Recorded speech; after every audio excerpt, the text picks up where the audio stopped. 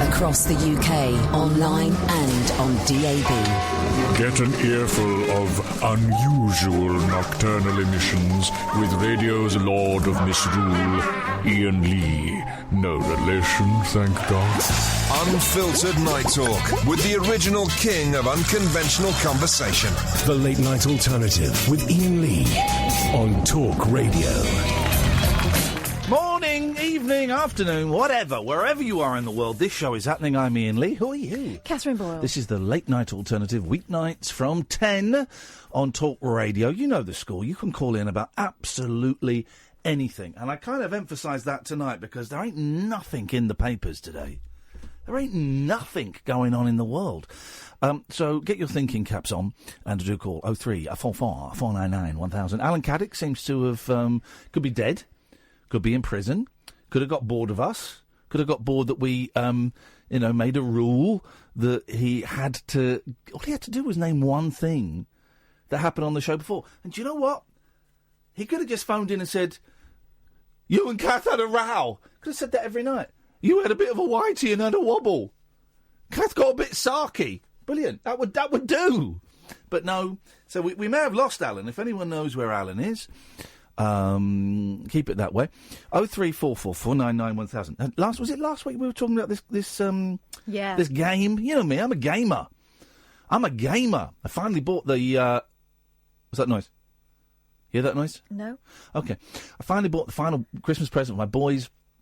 2 handheld games consoles with like 1,000 retro games on it. Okay, I finally got that. I'm a gamer. Okay, this was my life. I'm a Twitch master. And I know I've been ignoring my Twitch crowd.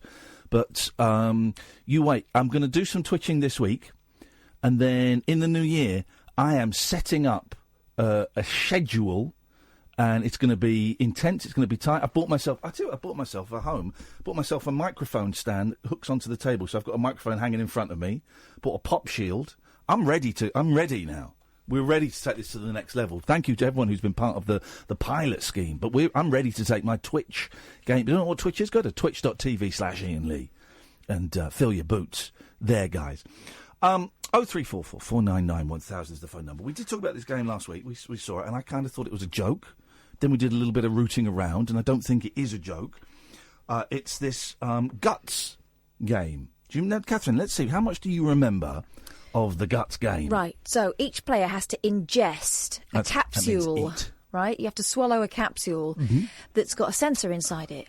And from what I could work out, each player has to complete a series of kind of physical challenges to raise their body temperature, lower the body temperature. And the person who wins is the person who excretes the capsule first. This, to me, sounds like the greatest game of all time, but also a game that, if I were to play it with my boys, we'd have to say, this is Daddy's little secret. And turns out it is real, it is genuine, and we got one of the people, one of the team, Zhuying Li, is joining us now from... Well, you're in Australia, Zhuying, but that's quite a big place. Whereabouts in Australia are you? Hello? Hello, Zhuying, can you hear us? Yeah, I can hear you. Hi, Catherine and Iain. Hey, how you doing? Whereabouts in Australia are you? I'm in Melbourne. Okay, all right, you're in Melbourne. So tell us about this Guts game, and what is your role as part of the team? Yeah, I'm the one of the main researcher of this game. Okay. And so the Guts game is a mobile game. It's a 2-player mobile game. So while players first swallow an ingestible sensor, it's called core temp. So core temp is an edible sensor which can be swallowed, and after swallowing, the sensor can measure the user's body temperature once every 10 minutes. Yeah. And originally it is developed for people who need to monitor their body temperature, such as firefighters and soldiers and also some patients. And we use it for gameplay. So when playing the game, we first invite 2 players come together to our lab and to have some nice food. And then we design game narratives for them. So we tell them, now you have eaten a parasite, and this parasite is very sensitive to the temperature, and you need to change your body temperature in order to hurt this parasite. And we developed this game app to aid the treatment during the play. and the players need to change their body temperature to complete a variety of game tasks in order to gain points. So usually the players can excrete the sensor within 24 to 36 hours. And when one of the players excrete the sensor, the game ends. And the player who gets more points before when the game ends is the winner. Okay, so you don't win the game by excreting the sensor. You win the game by doing well in the activities while the sensor is inside you. Yes, but the excretion of the sensor actually adds a dimension for the competitiveness, because, for example, if you have done better than your opponents, maybe you try to excrete the sensor quicker than him. Yeah. Oh, me and Kath are constantly having games to see who can. I don't want to play this game first. I want to play it. And so, what are the challenges that you have to do to get points? In the article I read, it said that eating a curry would get you points. Is that right? Yeah, that's possible. Wow. This is my kind of game. So, okay, so go on. Give me some of the other things you have to do, Zhuying, that will get you points. Actually, the game task, we have 3 modes tasks. So in general, there's a general mode, and so we use an animated flame to represent the player's real-time body temperature. And the player can receive a general mode task, and usually it's we'll give them a task goal, so they need to change their body temperature to the goal temperature, and once it is reached, the player can get some points. And to change their body temperature, usually the players can eat different foods and drink hot water or ice water and do some exercise and just do whatever they want. They think they can change their temperature, they can have a try. And we also have a feeling mode task. So in this mode task, the flame is fixed, so the players could not know their progress. They don't know their real-time body temperature. And they need to submit the task when they think their body temperature has reached the goal. So the player need to feel their temperature. And when you do a poo and you excrete the, what I'm assuming is a fairly expensive bit of kit, the controller, who sorts through the fecal matter to find it? Because surely whoever's doing that, they're the real losers, aren't they, in this game? You mean that? But the sensor is not reusable. So once they have excreted, they just flash it away. Right, I got you. And the sensor knows that it's no longer inside the body, I guess. Well, of course it would. It so breathes a sigh of relief. If you don't have any data updated, that means you have excreted. So, now, listen, is this sounds great. This sounds like the kind of game I could really get into. I'm starting a Twitch channel. I told my little girls about it, and they were very excited. Is this game going to be commercially available, or is it just going to be in your laboratories? At the moment, we don't have a plan for commercialization because, like you said, the sensor is quite expensive, and also it needs a very strict screening protocol. Yes. For example, people who have intestinal obstruction are not suitable to play this game. No. So, but we believe it can be used. It can have a wider use in the future. Really? This is so exciting. Are we talking like a year, 5 years? Do you have any idea of when I might be able to, go on Amazon or go to Argos and order this? Maybe 5 years. Oh, I'm still in. I'll be 50. Be my 50th birthday present. And Zhuying, what are you learning about the human body from this game? The human body, actually, is quite interesting. For example, we find at first we think people can only do some normal things to change their body temperature, but and we think the body temperature is quite stable. Usually, it's around 37 degrees Celsius. But after the study, we find out that actually the sensor have 2 stages inside their body. So at first the sensor is inside the stomach, and during this stage, actually the measured temperature of the sensor can reach like 40 degree or 23 degree, because at this moment the food you ingested will contact with the food. So at this stage the measured temperature is not your actual cold body temperature. But after the 6 hours, the sensor enters your intestine, and now the body temperature is more stable. Yeah. May I don't know if you're open to suggestions for updates, but I don't know how possible it will be to turn the controller into a little camera, 360 camera that lights up, so that it goes down and you could watch the whole journey from your mouth, through your gut, through your bump, your anus. You could watch that whole journey. Is that something you think you could do? Yeah.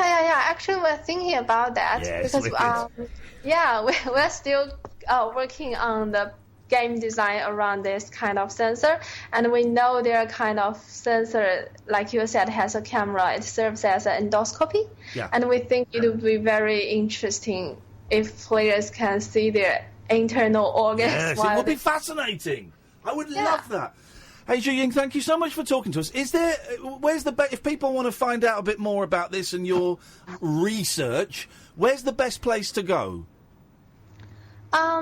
We believe these kind of games have a lot of potential uses in the real world. For example, we believe this kind of sensor might be more and more common for the treatment, but many people still feel uncomfortable to swallow a foreign object into their body. I don't. So if we have a game, it can make them feel more comfortable and pleasant to do that. And also, this kind of game shows an opportunity to make pill taking interesting. So many people do not take their pills regularly.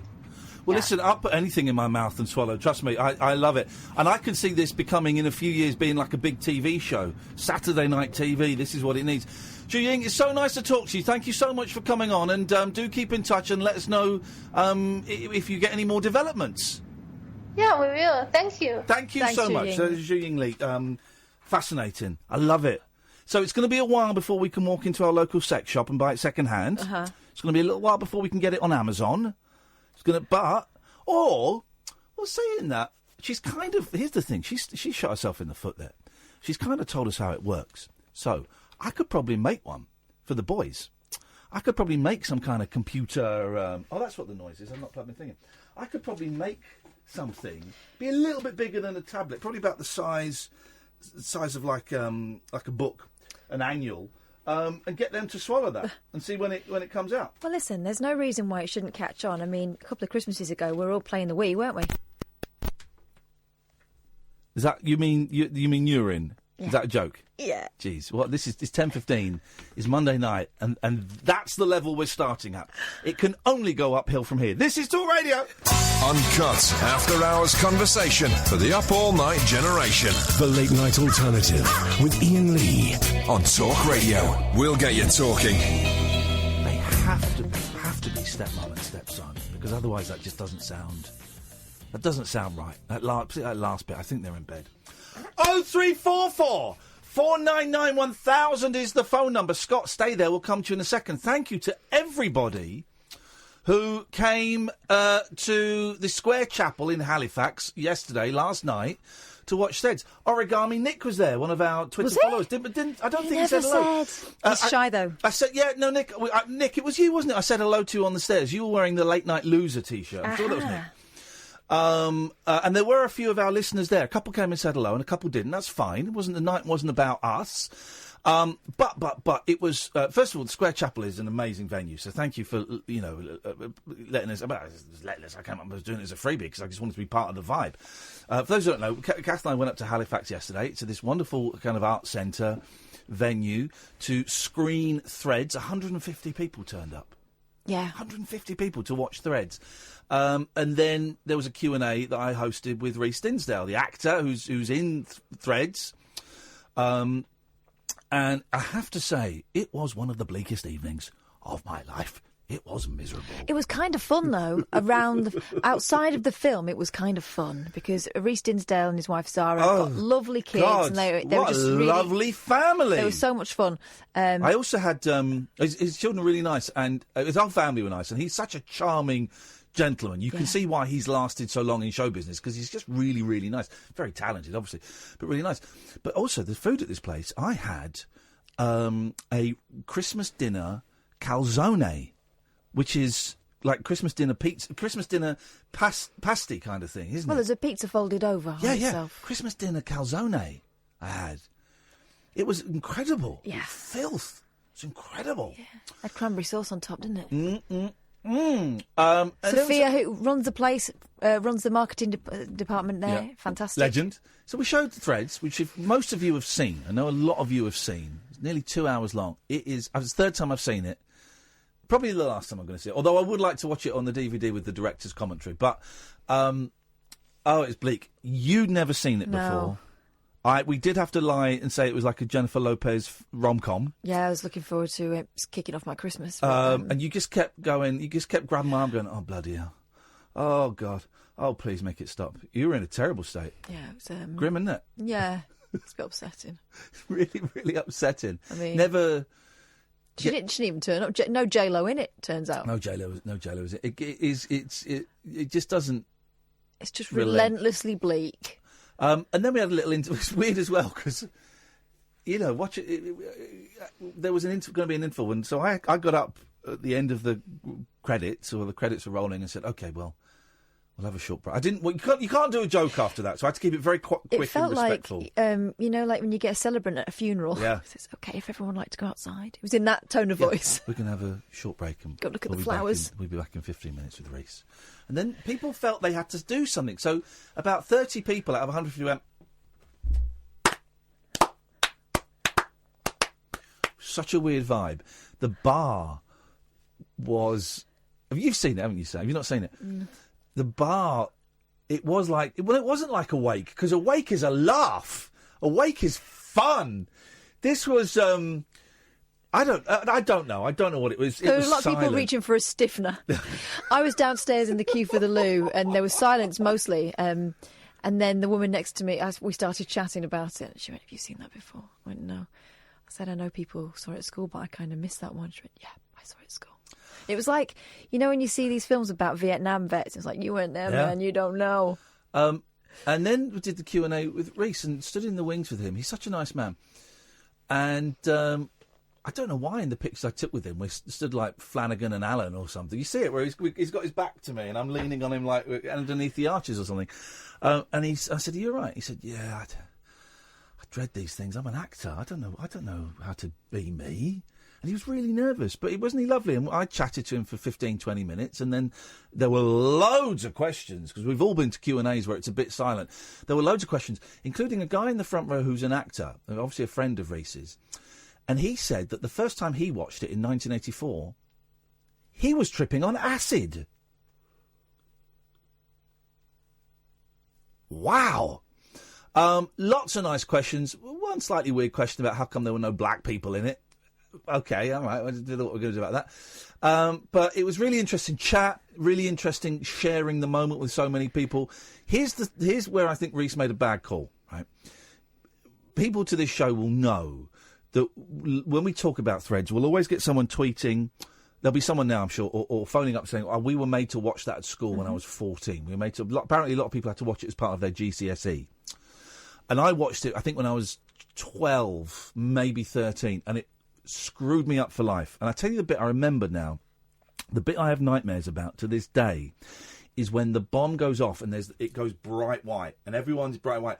And I still sometimes have dreams where I'm escaping a nuclear bomb and I turn around and cover my eyes and I can still see the bright light because you can see it through your thing. And so we've got loads of people traumatised by it. Reese brought his kids. Now, one of his kids, the daughter, is 18. Fair enough. She's a grown-up. His son was 8. No, his son was 14, nearly 15. And I said to Reese, is he going to be cool with this? And Reese hasn't seen the film since it went out. Why would he? And he went, "Yeah, I think he'll be fine. Do you think so?" And I said, "Well, I'd be keen to talk to him afterwards to find out." Reese's son was not fine afterwards. Reese said, I've made a terrible mistake. I don't know if he actually said that, but he said he was very, very upset. I had to have a chat with him. And it did. I think the cycle of life has been restarted again. Incredible. But it was lovely. He's such a nice guy. Really nice family. Amazing venue. And everyone, there were a few people there that had come because they'd heard us talking about it on the show, wanted pictures with me and Kath, came and said hello. So thank you. And if you are local to that venue, Oh, lucky mate. you, because it is an absolute Use corker. it. What a gem. We're looking at doing a rabbit hole picture show up there at some point next year. That's the plan. So, yeah, let's see where we get with that. Lots more to talk about, but first of all, Scott's been waiting for ages and ages and ages. Good evening, Scott. Good evening, Ian. Evening, Kath. Hi, you Scott. all right? Yeah. I was there last night. Hey, mate, how you doing? What did you reckon? Well, that's the first time I've seen Threads, and it was brilliant / horrific. Yeah. Go on. Thoroughly enjoyed it. Enjoyed it. I thought it was great. I spoke to my parents about it. They'd never heard of it, which I found incredible. But it was just sheer drama, and like you say, with the whole when the bomb goes off and it just goes silent. You could hear a pin drop. It was incredible. What a moment! And I'm so pleased. And thank you so much, Ian, as well. You did a fantastic job. I can just say on behalf of everyone, you did a brilliant job hosting it. Oh, thank you, mate. It's that weird thing of just getting, it's not really the kind of place to go and make gags. So it's getting that tone. I tell you what, there was so much I remembered I wanted to ask him or say. I remembered afterwards, of course. And one of the reasons I liked it is that so many of the individual stories just ended without any resolution. You don't know what happened to Jimmy. You don't know what happened to his sister. That was the one. The sister just goes off somewhere. You've got no idea. And there are so many of those stories where it's not like a normal movie where there is a resolution and you see someone dying. Or just, people disappeared. Yeah, well, with Jimmy, I think, because you hear what song is it that he plays in the car? Johnny Be Good, Chuck Berry. Johnny Be Good. Yeah, so you hear it later on, don't you, near the end of the film, and I guess it's open to interpretation whether he's still alive or not. Oh, I never thought of it like that. Well, Reese thinks he's dead, doesn't he? What does Reese know? What does Reese know? I don't know. I hadn't read it like that. But you enjoyed is the wrong word, isn't it? I kept saying enjoyed last night. It was certainly an experience for me seeing it with 149 other people. Oh, it was great. I absolutely thoroughly enjoyed it. I was looking forward to it all weekend. I didn't know what to expect. Weirdo. But no, it was such a brilliant night, and I met some lovely people as well. I was sat on the front row, and I was sat to her last next. She was named Lindsay. Yeah. And she was there with her guide dog Charlotte. I don't know if you saw. Were you the gentleman with the beard? No, I'm not. You I were can't grow a beard. No, all right. You were sat. There was one. There was it's a sore guy. Point. Thanks for raising. There was it. a guy on one side with a beard. You must have been sat on the other side. Okay, right, fine. Yes, yeah. Yeah, that was her husband. I think he was called Craig, and I just met them last night. Right. And really nice couple, and her guide dog Charlotte was there as well, who was an absolute star. So nice. She was, and that was another thing. You've got an atomic bomb going off in the UK on the big screen. There's noises everywhere, and this guide dog is just on the floor, fast asleep. Did not react. The one gag. This is how mature I was. Last night I was going to say to the lady when she asked the question, and do you think your guide dog has been traumatised by these? but I held back. That's well done. The new mature me. Gosh, have you been to that venue before, Scott? The Square Chapel? No. It's about half an hour from where I live in Castleford, right. And I'm a big fan of you two anyway. So I thought I wanted to come along and support anyway. And I was curious as well to see what Threads was like, but I've never been to that venue before. And to be honest, Halifax looks really nice as well. Doesn't it? As a town as well. Doesn't it? We didn't see a lot of it because we got there at 4, and then I said because I drove up and I said I've got to go and have a lie down. I'm shattered, and then we went straight to the venue, so we didn't really see any of it, which I regret. We had a little look around. When we arrived, they were just packing up this what looked like it had been an amazing Christmas fair, because around the back of the Square Chapel is like part of a bigger building, which apparently is very new, and there's like this amazing sort of courtyard that it's sort of attached to, and in the courtyard there was this Christmas fair that was there, and beautiful building all the way around it. Kind of reminded me of Somerset House in London. You know, I've never actually been through there, and it's only around the corner, which is unforgivable. But, you know, like people go skating there and stuff. It's just this brilliant space. And apparently they've got loads and loads of plans for different events they're going to put on there. So if you're half an hour away, get involved. Yeah, it's brilliant. Oh, definitely, yeah. And I'd never been to Halifax, and what we saw, we were in a nice little hotel. It was nice, but it was great. But me and Kath are going to go up there again. I think we're going to do a Rabbit Hole picture show, hopefully some point next year.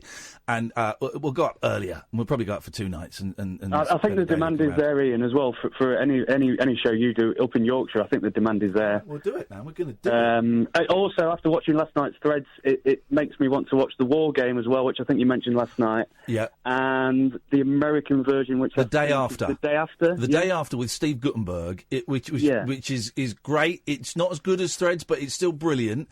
And can I give you one more, which is slightly different in tone? A film called Miracle Mile. Miracle Mile. Okay. And it's about this guy. It's like 80s Los Angeles, I think it is. And this guy's in this diner late at night, and he gets a phone call, and there's a voice on the other end says, "You've got to get out. They're gonna drop a nuclear bomb on LA." And the guy goes, "Sorry, who is this?" And the guy goes, "I've got a wrong number. Goodbye." And then you spend the whole film going, was it a hoax? They spend the whole film discussing, was that a hoax? Was that real? It's a really interesting film. Okay, so Anthony Edwards, who was in ER, apparently. Oh, there you go. You see, Goose. Yeah, correct. So yeah, I'm gonna check them out. Nice one. Apparently, Threads is coming out on Blu-ray in a couple of weeks. Well, yeah. It's, I think December the 17th. There was one that came out on DVD about 6 months ago. Is that not American? That was the American version, but now there's, and I don't know what extras are on this Blu-ray, but yeah. So put that on your Christmas list, and definitely going to check it out. Maybe if Father Christmas hates you. Everyone at work today about it as well, and everyone's going to go and check it out as well. Oh God, poor things. Hey, nice one, Scott. Thank you so much for coming. Nice to speak to you, mate. Thanks a lot. Cheers, Ian. Bye bye. What a nice guy. At least if everyone watches it, they can have a little support group. Here's the thing that Reese was very reluctant to drop this news yesterday, and you could see him going, "Should I be saying this?" There's talk of remaking Threads, and he's been asked to be involved in it. Like in the Starsky and Hutch movie, right, where it's Ben Stiller and Owen Wilson, and then Starsky and Hutch pop up and give them the car keys. I think it's that kind of role as opposed to Jimmy's dad. But yeah, someone is talking about remaking Threads, and my initial reaction is always, yeah, okay, but actually, if you kind of tie in with what's going on, it would work. I think it could work. I think this generation kind of needs it. Yeah, I think it could work. 0344 499 1000 is the telephone number. This is the Late Night Alternative on Talk Radio. The wild man of late night radio. The Late Night Alternative with Iain Lee on Talk Radio. We have ways of making you talk. Switchboard's empty. We'll kind of stumble through tonight's show because there's not really a lot in the papers. 0344 499 1000 is the phone number. Let's do this because we've kind of been sort of following it from a slight distance on this show. We had a call from Laura. Last Thursday. I want to say Thursday. Yeah, I want to say Thursday. I'm going to say Thursday. Who was calling in about her niece, I think it was, Jade McGrath, never quite sure when you pronounce the th. Jade McGrath, let's say, who had gone missing in Inverness. And someone, you've just retweeted a link that someone's done from the Press and Journal, which I guess is a local paper there, from today, from 5.5 hours ago. And as of 5.5 hours ago, Jade was still missing. And it's interesting, isn't it? Because you see so many of these you see so many people go missing, and I've kind of hardened to it. Generally, I don't really care. That's not right. I'm not moved by it. That's a better way of putting it. Of course, I care, but I'm not moved by it. But this story has become painfully real because we have spoken to someone in the family. That person in the family was so desperate. She called us two idiots, to see if we could offer any help by mentioning it on the show. And having spoken to Laura, it's made this a very human. It's now not a story. It's now a very human. don't know. I don't know. I'm quite moved by the whole thing. And, of course, you know the vibe as these things go on longer. You know, the outcomes can often change. So, Laura, I don't know if you're listening tonight. There's no reason you should be. But if you are, you'd be very, very welcome to come on and let us know if there has been any update. Let us know kind of how you're doing, I suppose, because the chances of us actually being able to help find Jade are negligible. You never know. You never know who's listening, who might have seen something, or who might have staying in their spare. You don't know. But I guess if we can offer you any help by you coming on and letting us know how you feel, and if you want to shout at us, you can. You want to cry, you can. You want to just sit on the phone silently for 10 minutes. You know what? We'll do that. You know, this is the kind of show where you can do that. And if you don't want to as well, I don't want it to seem like some exploitative thing. But know that our thoughts are with you and with your family. And both Kath and I have been thinking about this a lot over the weekend, as a lot of people have. Let's just read a bit of this story. Police release new images, and we've just tweeted this. I've tweeted it at Iain Lee, at Flipping Kath as well. Police release new images of Jade McGrath. The search for missing Inverness teenager continues, and she's a beautiful young lady. A multi-agency search was launched at the weekend for missing 19-year-old Jade, with further searches and inquiries in Inverness continuing today. Officers were assisted by mountain rescue teams, the Coast Guard, the Police Scotland Dog Unit and helicopter over the weekend. The search teams have been focusing in and around the Leachkin Road area. The last location, we have a confirmed sighting of Jade last Wednesday early afternoon. Jade, who is from Aviemore, is vulnerable, and as more days pass, our concerns for her increase. Inspector James Rice said extensive efforts are still ongoing to find Jade, including CCTV and house-to-house inquiries, alongside intelligence-led work to piece together her movements. If you live in the area, please check any sheds or outbuildings in case Jade sought shelter. She's thought to be wearing a light grey turtleneck top, parka jacket, black leggings and a black-white coloured Nike trainers, and would not be warm enough for the cold weather. Also, here we go. This is where you may be able to help. If you have dash cam footage of the area which hasn't been wiped yet, let us know. And there you go. If you want to see what she looks like, we've just tweeted some pictures. Yeah, and they also appealed to Jade directly. This police officer, Inspector James Rice, saying, Jade, I still appeal for you to come forward if you see this appeal. You're not in any trouble. We just want to make sure you're okay. Ah, man, life, huh? Life gets heavy for some people, and some people are unable to kind of cope with the pressures. And 19 is a tough old age. You suddenly get bombarded with responsibility and things. And let's just keep our fingers crossed that she's had enough for a bit, and she's just gone off to get her head straight. And I got my fingers crossed about that. Yeah. 0344 499 1000. Let's have a little break. Across the UK, online and on DAB. The Late Night Alternative with Iain Lee on Talk Radio. Can I talk about 0344 499 1000? Feels like we're kind of just slowly warming up. This is a warm-up show for what's going to be a great week. Oh yeah, I think. But there's a story, right? It's been in the news, big news story, right? And a lot of phone-in shows have been doing it. Sort of, I think it broke about Wednesday last week. A lot of shows doing it. And I'm going to just put it out there because I cannot work out what I feel about it. I can't work out what my thoughts are. And a lot of the time I'm just like sitting on the fence. A lot of the time, some of the time I'm thinking definitely one way. And then some of the time I'm thinking, oh, no, I can't be thinking that. I think I'm thinking this way, right? It's quite a boring story, but it's a big story, right? It's this thing about the police knocking into moped thieves, right? So it's people who've nicked mopeds. It's also people that are riding mopeds to do robberies, like snatching phones and purses and stuff like that. And I guess it could also be ones that have done acid attacks. Let's put the acid attacks to one side. And drug running. I can't get my... So the police are using this technique where they just kind of... I don't know. They knock them off their bikes. I don't think it's smashing them into walls. It's kind of like hitting the rear wheel and turning so they spin out and then fall off. Is that kind of because vibe, words got around that a lot of police pursuit vehicles wouldn't keep up the pursuit if you took your helmet off. Which is apparently is a myth. Yeah. That's not true. This is what...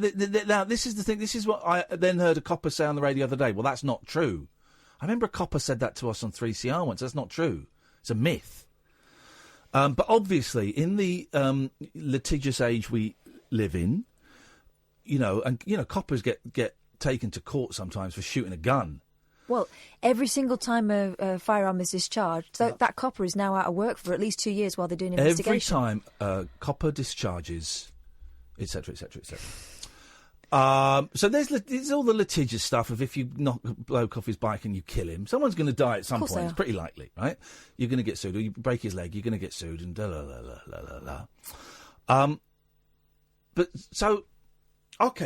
So now that we're having this conversation, I now feel that it's cool that they do this, that this is the right thing to do. But I'm against the police being armed. I think it's wrong. I think tasers are wrong, right? But now this precise second in time, I think it's okay for coppers in cars to knock crooks off of their... And I nearly said kids then, and I came back from that.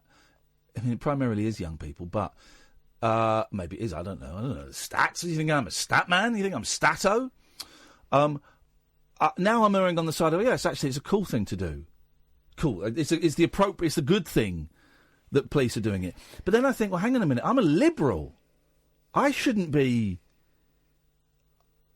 There is cognitive dissonance going on because I feel I'm a liberal, and I think the unnecessary force from the police. Listen, we know a lot of black people die in police custody, right? And a lot of those black people have died because some of the police are racists and they use very aggressive and violent techniques. I'm not in any way going to deny that.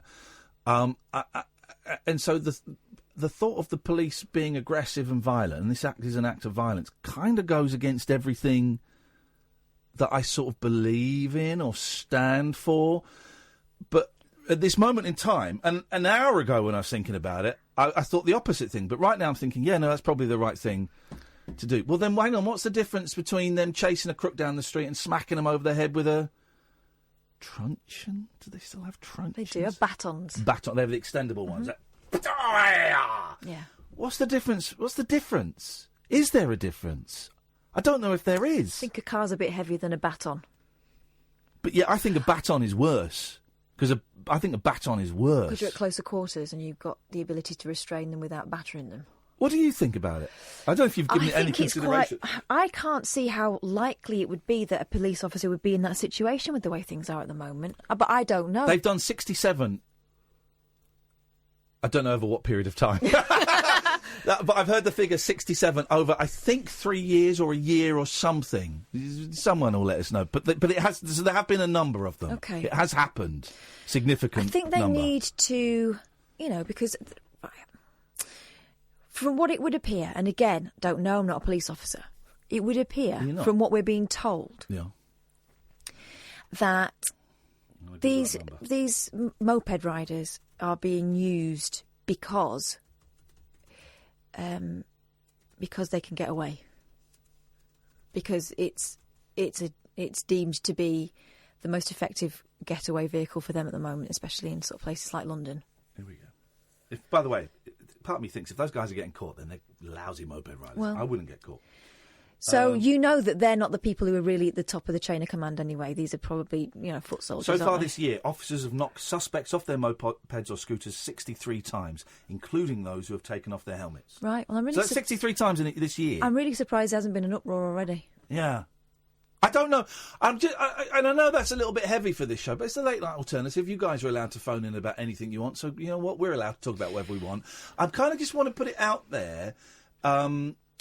Just see if anyone can help me get my... I don't want to do it as a big phone-in, but I can't work out what I think about it. So I'm hoping someone can phone in and give me a really good argument that will set me right one way or the other. Mopeds are being used systematically, so they've got to cut that off. Right. I guess this is the way they cut it off. But it feels wrong, but it also feels right. And I know that as a phone-in host, that's useless. A phone-in host is meant to take a stance, double down, lock the doors and say, right, come at me and I'll destroy you. But I can't do that on this. I know what you mean. I keep flipping back and forth. back and forth. And especially when you and I both know that we're talking probably about kids and probably for the least powerful member of a gang. Probably.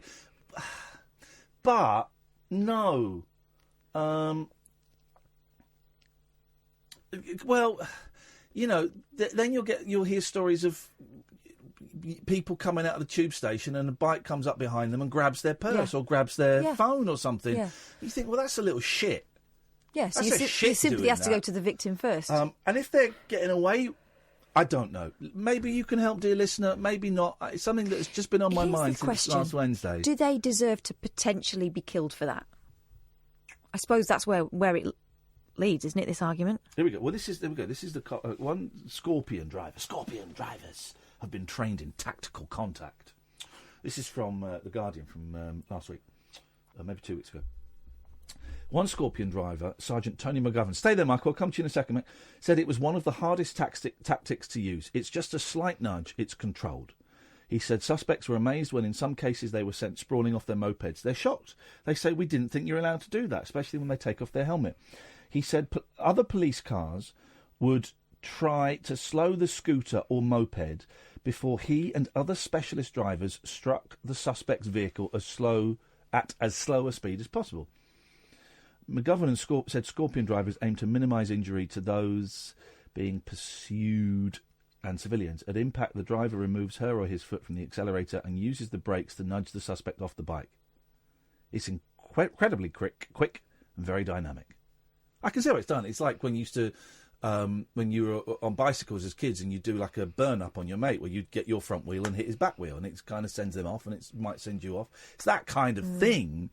So I don't know. I'm just putting it out there as maybe some of you want to kick it around, and maybe some of you are as confused as I am about the whole goddamn thing. I'm surprised that we haven't heard of anyone complaining about it yet, which makes me wonder whether what he's saying is right. You know, 3 have been referred to the police and crime.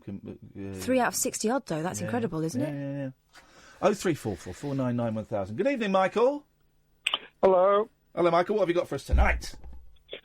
I think they're using the wrong vehicle. They should use a tank to knock them off. Come on now, Michael. Michael. What? Come on now. Come on now. Come on now.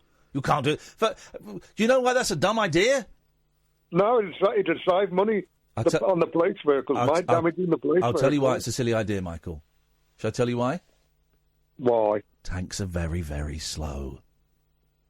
No. I go over 50 miles an hour. Yeah, well, mopeds go over 70 miles an hour. Well, they ain't going to knock them off doing 70. They'll probably get away from the police car anyway. But tanks are you can't. I do hope this is tongue in cheek and not an LBC cast off. Tanks are not going to be able to catch up with a moped, you prune. No, well, if they fire the gun. Oh my God! Right. Please tell me you're joking, Michael. You naughty old Brexiter. Anyway, yes? Besides that. Yeah, go on. What's this with Theresa May now? It's going to charge us extra pound on your council tax. Good. To cover the fact that she's took all the money away from the police force. Yeah, good. Do you think that's right? I do. I don't know what you're talking about. Hang on, we got to pay an extra £1 council tax? No, pound. It'll probably be £1 a month on your council tax. For the coppers? So we can have more police. I'll pay for that. I'll go for that. I'll pay an extra £12 a year for better police, definitely. Oh, yeah, but you're well paid. What about these poor souls that have to go in these food banks because every pound counts? Well, they'll be getting help with their council tax anyway.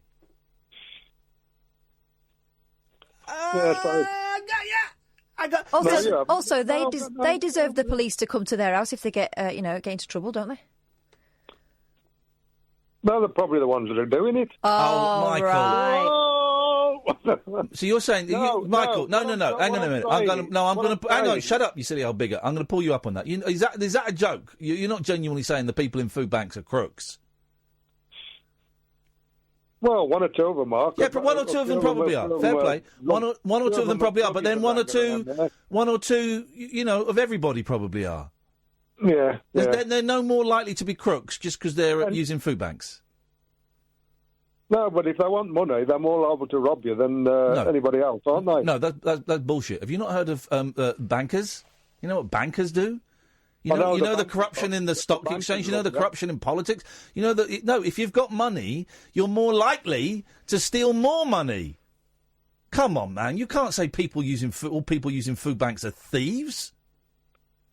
I didn't say that. You said that. No, I didn't, Michael. You implied that they were more likely to be crooks, and that's a really scummy thing to do when all they're trying to do is get food to feed themselves, you privileged bloomin', what do they call it, gammon.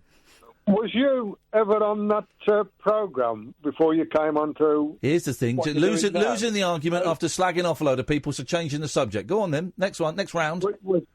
Was you ever on that programme that they used to have years ago where it was phone and argument? I've got no idea what you're talking about, Grandad. You used to phone up and you could have an argument with somebody on the phone. Right. You no doubt you lost every single time. No, I won a few and lost a few. But, doubt it. I thought that's what you'd moved on from that. I've got no idea what you're talking about. There was no what programme was that? It was phone and argument. That's what it was called. It was on the radio. It was on the. You had to phone up on the telephone and phone an argument. No, I've got no idea what you're talking about. But trust me, I bet you were lousy at it because these are terrible, lame, low-rent arguments. I'm really hoping I'm giving you the benefit of the doubt, Michael, by hoping that your T is in your C. T's in me what? Yeah, exactly. Your tongue had better be in your cheek. Otherwise, I'm going to knock it in there. Coming on and saying people using food banks are thieves. You scumbag. You massive Brexity scumbag. Pay more for the police, you tightwad. Dig in your pocket and pay 12 quid a year more for the police, you miserable tight gammon. Yeah, but I've already paid. Pay more! Pay more, you can afford it, pay it! I pay my tax. Shut up, you don't pay tax, you're a tax dodger. I'm a tax dodger. Pay your council tax. Pay 12... Who could object to 12 quid a year more for better police? You traitor! You traitor! You're going to have a heart attack in a minute. No, I'm not. No, I'm not. You're a traitor to the country. You disgust me. You happy now you got your Brexit? Is this the Brexit you wanted? Yeah, great. You happy now the country's screwed up? You voted for it? You killed this country? It's great. I think I'll buzz off to Germany. I was going to do that years ago. You can't buzz off to Germany. You voted Brexit, you massive idiot. How do you know I voted Brexit? Because I can tell by your bigotry. No, I didn't. I don't believe you. All right, Michael, we're going nowhere. Thanks for the call. All right. Silly sod. Let's go to... Oh, hello, caller. Would you like to give... Tell you what, see if Catherine can guess who this caller is. Don't tell us your name, but tell us what you do for a living, and she'll see... It's like, what's my line, but in reverse, OK? I'm a paper boy. Oh, well. Long time no speak, stranger. And I can't tell you what happened on Friday's show. We had Dave Hill from Slade on, one of your own. Oh! You should listen! It's a good show! You should listen to the show, Alan! I think you'd like it! You could have spoken to him. He was on for an hour and a half! No, I was watching I'm a Celebrity, seeing who's been voted out. OK, well, it must be a very emotional time for you, seeing all of your friends getting kicked out of a TV show. Well, it was only Noel Edmonds. Ah, good. How are you, boss? Good, thank you, Alan Caddick. What have you... I'm just confused by your lack of calling in. No, because I knew if I called in, I would have to go through the ritual humiliation of saying what happened on the show the previous night. That doesn't involve me. Yes, exactly, the ritual humiliation. Why is that ritual humiliation and not just a really polite thing to do when you take up 10 to 15 minutes of our show every night? Because it's one more for me, and everyone else goes straight through. Everyone else listens, Alan. Oh! Here we go, in a minute, shut up. Here's footage of someone getting knocked off their scooter. From David Babcock has sent this. Here we go, you ready? Here we go. Whoa! He just smacked into him! That didn't look soft. That was his other one! Oh, that guy just fell off. He's an idiot. He turned a corner too fast. Yeah. And he ran away like a baby. Here we go. Oh! Flipping heck! I'd be great at this. Oh! He did a wheelie when he went in his back! Wow. That doesn't look like a little tap. That does not look like a little tap. I haven't put the thing on. I need I've got to change the screen. All right, Alan, listen, we'll come to you in a little bit. Okay. Yep, thank you very much indeed. 0344 and 0344 499 1000 is the telephone number. Dean, stay there. You'll be the second call after Alan. William, we are getting your messages. Thank you very much indeed. This is the Late Night Alternative. Weeknights from 10. Iain Lee and Catherine Boyle. Talk Radio. Across the UK, online and on DAB. The wild man of late night radio, Iain Lee. Differently interesting nocturnal emissions from a legend of late night radio. On air and off the leash. The Late Night Alternative with Iain Lee. On Talk Radio. We'll get you talking. And Catherine Boyle, 0344 499 1000. So just kicking this moped thing around a week after everyone else, because it's not the kind of thing we normally do on here. But I can't get my head around, the coppers knocking people off mopeds. I can't get my head around it, and neither can a lot of you, right? Now, Simon says, guys, I think you will find the common opinion is that the police knocking these scroats off is a great thing. Right, well, I don't go with the common... First of all, I dispute that that's the common opinion, Simon. No, it's the opinion of you and people that you hang around with. And, of course, we often, generally hang around with people who have the same opinion as us, similar opinions to us. And we listen to radio shows that have similar opinions to us, and we follow people on Twitter who have similar opinions. So, no, I don't think it is the common opinion. Also, I certainly wouldn't call it a great thing. If they get hurt or die, then so what? Good riddance, scumbags. Wow. So hang on a second, Simon. You're saying that now the police have the powers of execution. That's a terrible... No. That's a terrible, terrible thing. I certainly do not condone... Do you know what my big worry is? And I think this is going to be potentially a reality, right? Once we leave Europe, right, what are the Tommy Robinsons and the Nigel Farages and the Gerard Battens and the Boris Johnsons and the Rees Moggs? What's the next thing? What's the next thing to go for? Do you know what I think it's going to be? Death penalty. Bring back the death penalty for these Pakistani rape gangs. For starters. Yeah, well, exactly. Tommy Robinson, you imagine him. Well, we need to bring back if we can't send them back home, we need to hang these Pakistani rapists coming over here, raping white children. Let's hang them. That's going to be a tough one to argue against. Thick people, thick people will argue, yeah, that makes sense. And Jacob Rees-Mogg, who thinks that if a woman is raped and becomes pregnant, shouldn't be allowed to have an abortion.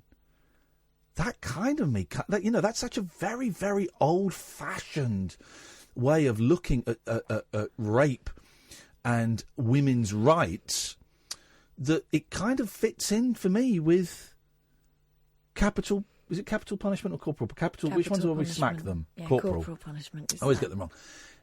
And that could be... I'm really worried. And we can't bring back the death penalty while we're in Europe, because it's a European thing. But once we're out, we can. And I was thinking about this last week. I think that's going to be the next big thing. If Europe happened, if we leave Europe, I'm still not convinced we will. But if we leave Europe, the next big thing is going to be, well, let's bring back the death penalty. Referendum. Yeah, I can really see it happening. Anyway, so Simon says, if they get hurt or die, then so what? Good riddance, scumbags. No, I disagree with you, and I certainly don't think that that's the common view. If they get hurt or die, then so what? No, the police should not be executing people, whether deliberately or by accident. Of course, the state shouldn't be executing people, but no, the police shouldn't do it.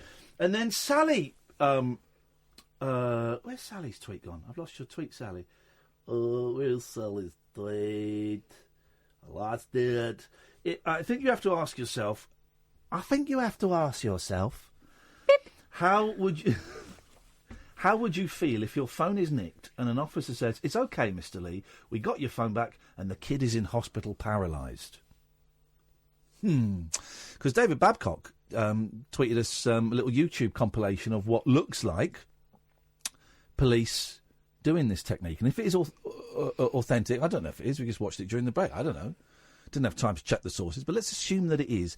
Those aren't gentle nudges on the back wheel. Those are ramming straight into them in some cases at high speed, so they come up on the bonnet. Kids rolling across the bonnet. Yeah. So no, Simon, I don't think that is the common view at all. I think it's a pretty lousy view saying that it's okay for the police to kill people. I think it's very simplistic, and I know that a lot of police officers would have a problem with it too. Yeah. Okay, Cads, welcome back. Hi, boss. Hello, Alan Carrick. Did you manage to get an advent calendar for the boys? Sorry? You know last year you were struggling to get an advent calendar. I wasn't struggling. That was last year. Did you manage to get one this year? Yeah, my eldest has got a Match Attacks, which is Panini stickers, and my youngest got a Lego one. Yeah, because I remember last year you were trying to get a Lego one, you couldn't find one anywhere. Yeah, couldn't they? Well remembered. And then like a few weeks ago, I thought, I remember buying some Lego ones and putting them in a secret space where we hide things. And then I hadn't. It was Mandela effect. So they've got their advent calendars. Here's the thing, Alan. Yeah. I have got no Christmas decorazianos up. Oh, hang on a bit. The death penalty can't be brought back as the UK is and will remain a member of the European Court of Human Rights, which is separate from the EU. All right, brilliant. Well, that's good. Thank you. You put my mind... We don't need a death penalty for not hanging decorations up. Sorry? We don't need a death penalty for not hanging decorations. He's right, though. I haven't put any decorations up, and I'm not really looking forward to Christmas. I'm not in the Christmas vibe. I think I've just done all of my Christmas shopping. I've bought the kids. Oh no, I haven't. I've got to buy stuff for my sister. But I've got to buy stuff for my sister and her kids. But I think I've bought all the presents for my boys. I've just got to put them in a pile and look at them and make sure they're balanced, as any parent will tell you. They've got to be balanced. God, I know. I bought Boylie's 2 presents. Woohoo! Bought her second. Bought a little small present and a big present. Not getting anything for Sam because I've gone off him since he started trying to scare me all the time. In fact, I've got a nice present for you, Scamps. A big box you're going to have to carry home, buddy. Just you wait. No opening till Christmas Day. But I've got my house is a tip at the moment because I'm overwhelmed by living there on my own and stuff, and I haven't got a tree. I haven't got any decorations, Alan. I don't think I'm going to do it.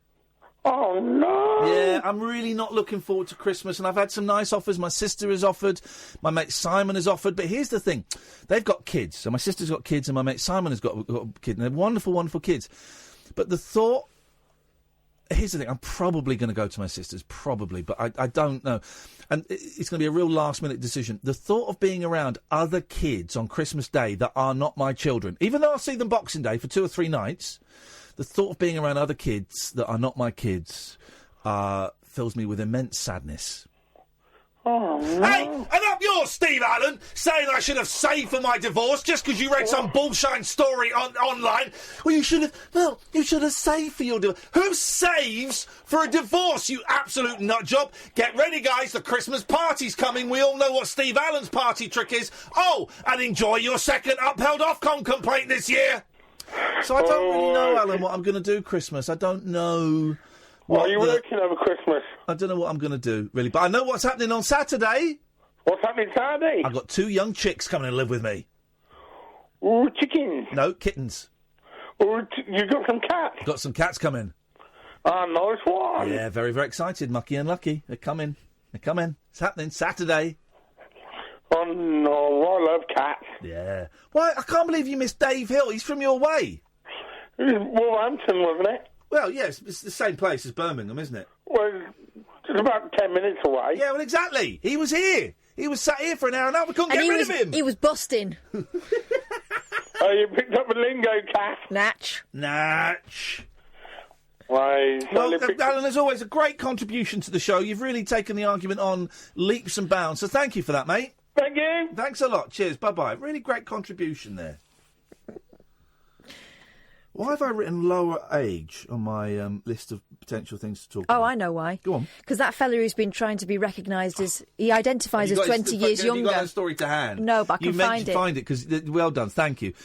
Because... by the way, if anyone agrees with Simon, the common thought is... Candy says, why would you have your decorations up? It's the beginning of December. Put a small tree up Christmas Eve. Make it nice. It's just one day to get through. Okay, and Sally's, I think, is high on drugs. Do you agree with Simon 03? Well, Simon, call in and tell me why you think it's okay for the police to murder people on the streets, to execute them. Because I can't get my head around that at all. That feels like a very, very bad thing. And having seen the footage now I'm erring on the side of it's a bad thing to do. But I'm also aware that these people, terrorise. They had a woman on think it was on Radio 4 the other day, who had been accosted by a guy, or maybe two guys on a moped. She came out of the train station and got her phone out. Terrifying. And they zipped past her and tried to grab her bag, and she held on to it. And then they turned around and were about to go straight at her. Then a load of people came out of the train station. They rode off. So it didn't even get away with anything. But, yes, she was terrified and traumatised by it. So something has to be done. So what they're doing prior to the nudging hasn't worked. When we were at 3 Counties, there are always little scrotes on mopeds causing mayhem and stuff. Well, yeah, churning up the park. Yeah, I don't know. It feels... They do say you get more right-wing the older you get, and maybe I'm turning that way, but it's a real cognitive dissonance in that I've got two completely opposite ideas coexisting at the same time in my head, and a part of me goes, yeah, this is what we need. The other part of me goes, well, that doesn't tie in with everything else you believe in. But then that's okay as well. That it doesn't. We can't all be, hey, I'm a central left Liberal and I fit neatly into this little thing. And so I must believe X, Y and Z. Yeah. We can have extremes outside. Not these days. We're all supposed to choose a side, aren't we? Oh, well, maybe that's the problem. Maybe that's the problem, is that is Twitter has meant we have to be black or we have to be white. We have to be 0 or we have to be 1. It has to be a binary choice, according to Twitter. Whereas nuances are not allowed. Yeah, it's actually okay to have reservations about stuff, especially when we don't have the full facts. Hey. OK, let's do this. Let me give you the full facts on Mr.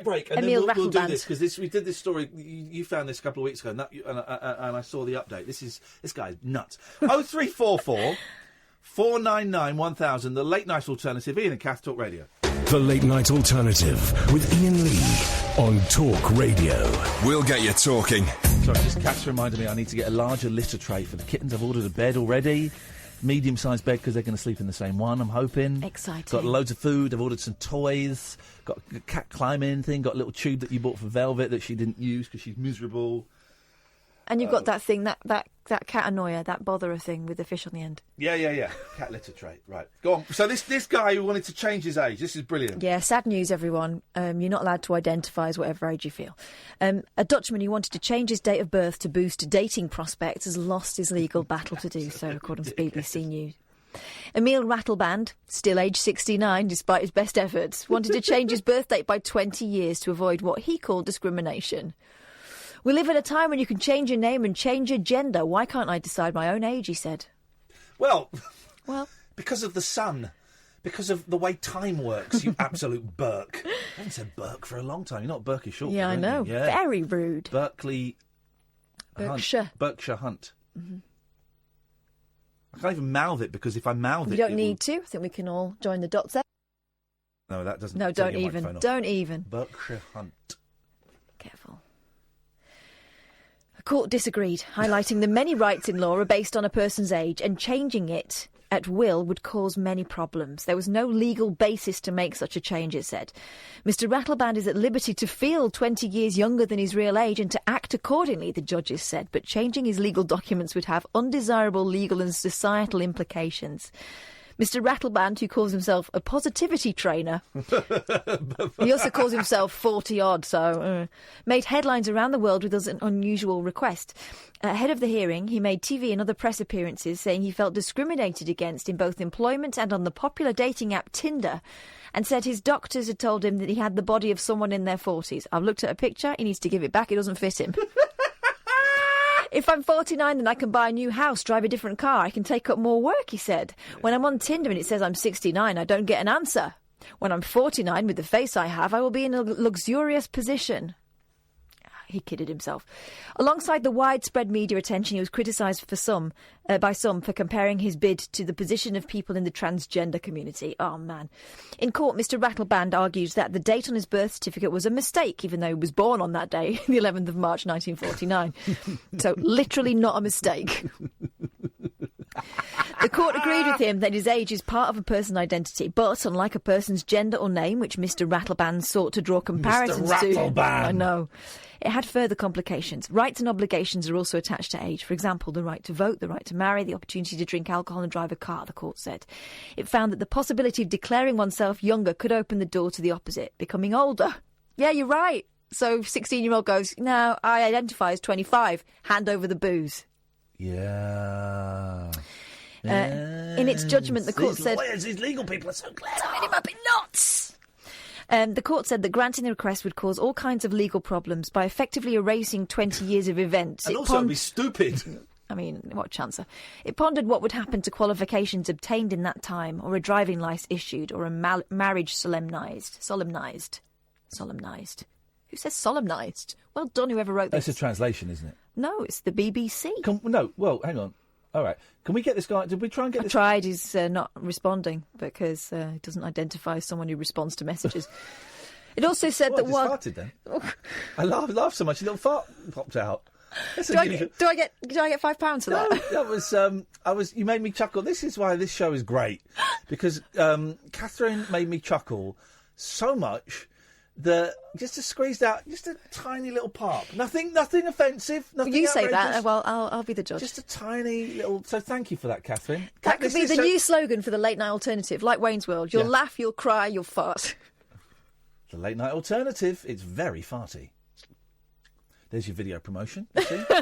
When we start looking at the cameras, you know we're doing a video. Okay. What's that? It also said, while changes to the law to allow a person to change their gender took place following a global debate on such issues, no widespread advocacy for the change existed, except for Mr. Rattleband's lone case. If he felt discriminated against, the ruling said there were other ways to resolve that under the law. Jog on, Mr. Rattleband. Can you hear someone? Is there someone there? I can hear something. Hello? Hello, who is this, please? It's Susan. I didn't know there was a caller there. Sam just put that through without me knowing. Oh, I can't see it on my screen or anything. Just heard someone... Are you eating a biscuit? You licking out a custard cream? No, can you hear that? Yeah, it sounds like you're flapping away. No, I'm clicking a button on my phone. I don't know what it is. I've just clicking the button on your what? My phone. Okay. It's on the back of the phone. I don't know what it is. Can we ask you a question? Yes. Have you been back to Omar Sharif for some naughty action? No. Good girl. He's got somebody out on the go now. Well, he did before. He had about 20 other people. I know. He's got. It just makes me feel sick. All the way along, I wanted to tell his main girlfriend, but I can't. I haven't got the guts because this one will turn nasty. Oh, let's not talk about it. But why would you want to? Why would you? Here's the thing. I wanted to. She doesn't know what he's doing. She doesn't know. Right. Okay, but she doesn't, Catherine. I swear to you, okay. She doesn't. But here's I swear to you, Ian. Okay, well, don't swear. There's no need to swear. But you knew the deal going in, right? You knew about her. Yes, I did. Yes, right? I did. So and the others, I knew. Okay, so what? So if you knew the deal, yes. What right do you have to tell the main one? Well, that's just mean. I think I just want someone who is ignorant to his behaviour to know, because Why? I think she spent. Because I think, if you let me get my words out, well, no, but it's not up to you. I think. Shut up, Ian. I don't think you do think. Ian. I think you don't think. Capiche? What am I doing now? You're making me shout already. I've only been on air 2 minutes. I'm not making you shout. Because she has invested time and money in him. Okay. Well, so, what gives you the right to tell her that? What gives you the right to ruin her dreams? No, it's not ruining her dreams. It's making her aware of what he is. No. Well, but you knew what. Well, you knew what he was. Right, yes. So you signed up. You cheated on her. You made her life. Yes, I know. Yeah, you did that. But I'm willing to tell her that I did that. Because he's now let you down. No. Yes. I wanted to tell her before. You're as bad as him. I know, in a way I am. So you want to confess your sins to her to make yourself feel better when it will just make her feel miserable? No. That's a terribly selfish attitude to take. No. Yes. I want to just make her aware of what he is. Why? None of your business. Because she's invested. It is really, because I was one of the perpetrators. Exactly. Because, as I say, she's invested money and time in him, and she's going to invest some more. So what? In him, and I don't think it's fair. Some more time and money. So what? You're jealous. Well, you're jealous that he wouldn't dump everyone for you. No, seriously, I'm not. Seriously, I'm not jealous. I swear to you, I'm not. I could never be. I'm not necessarily. No, by the way, I'm just. Shut up. You'd never know what. Stop talking. You'd never Stop know talking. what bed he'd come out of. Be quiet. Be quiet. Here's the thing. I'm not saying that's necessarily the point of view. I was just enjoying the thought exercise there of having the argument. I don't really. No, it's all right. You can have an argument if you want. You can say what you want. Well, then, okay. Shut up then. But I do think you are.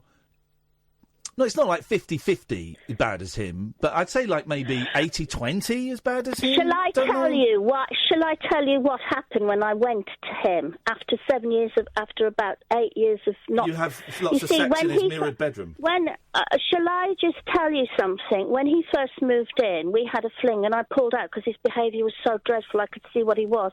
And I pulled out and I stayed away for 8 years. You pulled out or... And then in March of this year, one afternoon, we bumped into each other. Here we go. At the fire door. Sorry?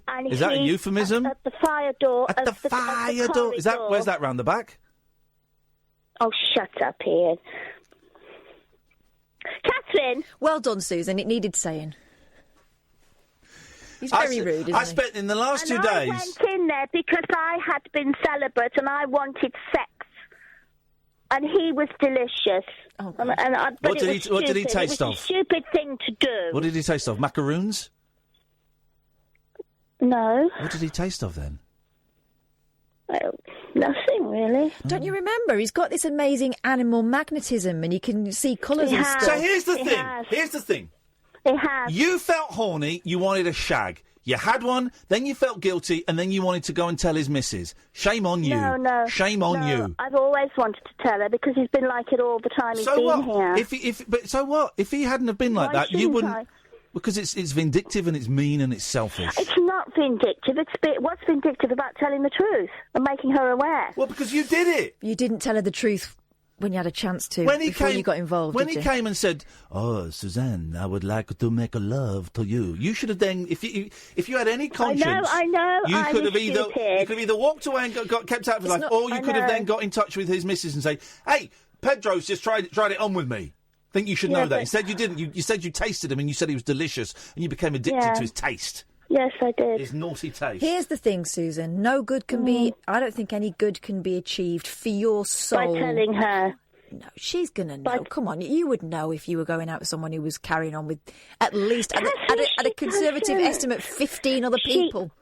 Catherine, I swear to you, she doesn't know. Well, she doesn't come here very often. It's a distant sort of relationship. She pops up every now and again. Handy for you. Pops up every now and again. Very handy for you. No, because I've told you it's not going to happen anymore. Susan, I think you should concentrate. What about when he came in your back door and he tasted delicious? That was a mistake, and I've told you that I'm not going to do it anymore. Good. Here's the thing. Concentrate on the things that you can control, right? There's no point... Well, she can't control her knickers. She can now. She's doing really well. So, keep your side of the street clean, Susan. Just keep away from him and don't get involved in his circus. Here's the thing you've got to say to yourself. Always not my rubber circus, not my monkeys. Always not rubber my up. circus, not my monkeys. Exactly. You see, this is... I know I was a fool to relapse back into it this last time. And it's tough because you look like a cross between Kate Bush and Sherry Lungi, apparently. So you must have... So what's that got to do with it? Well, that means you must have surely a lot... Because those are two of the most beautiful women in the world. I don't believe it. Silly. I don't believe it. But they're not the most beautiful women in the world. Kate Bush and Sherry Lungi, of course they are. That's why you picked them when you were making up what you look like. So you must have... I wasn't making up.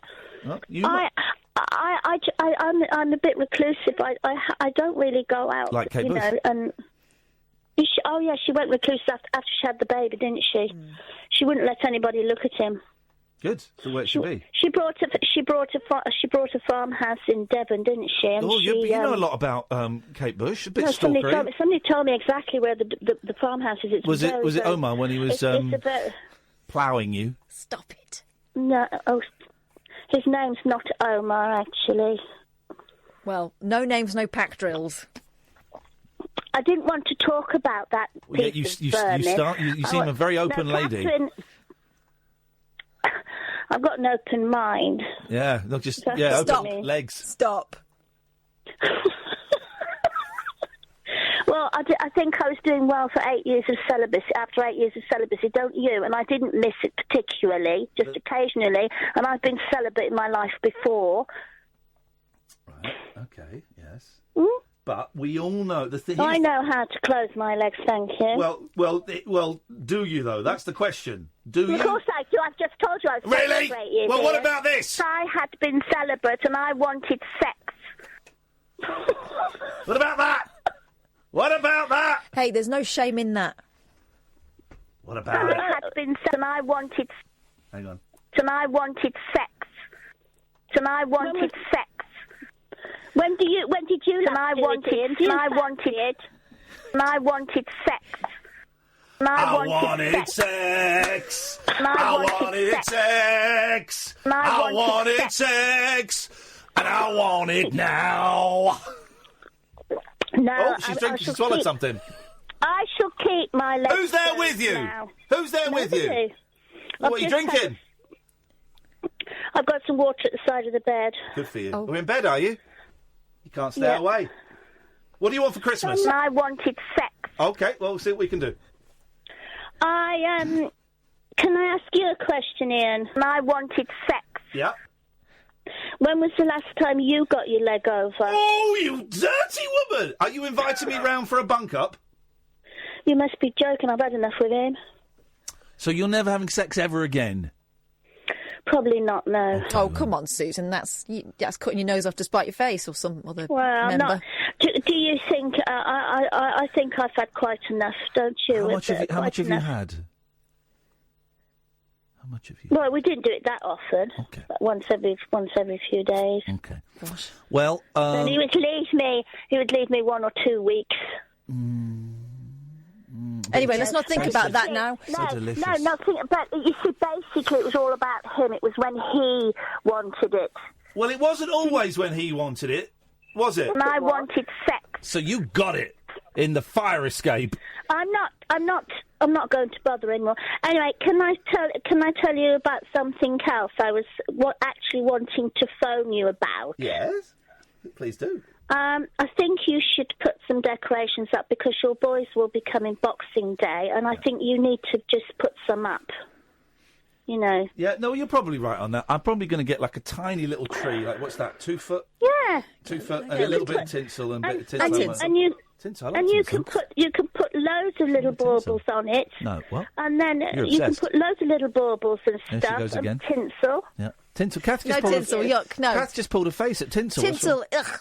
No, itchy. You like it, no, darling? it makes me itch. Well, good, then I'll put it up and you can't come round. Great. Perfect. It can do.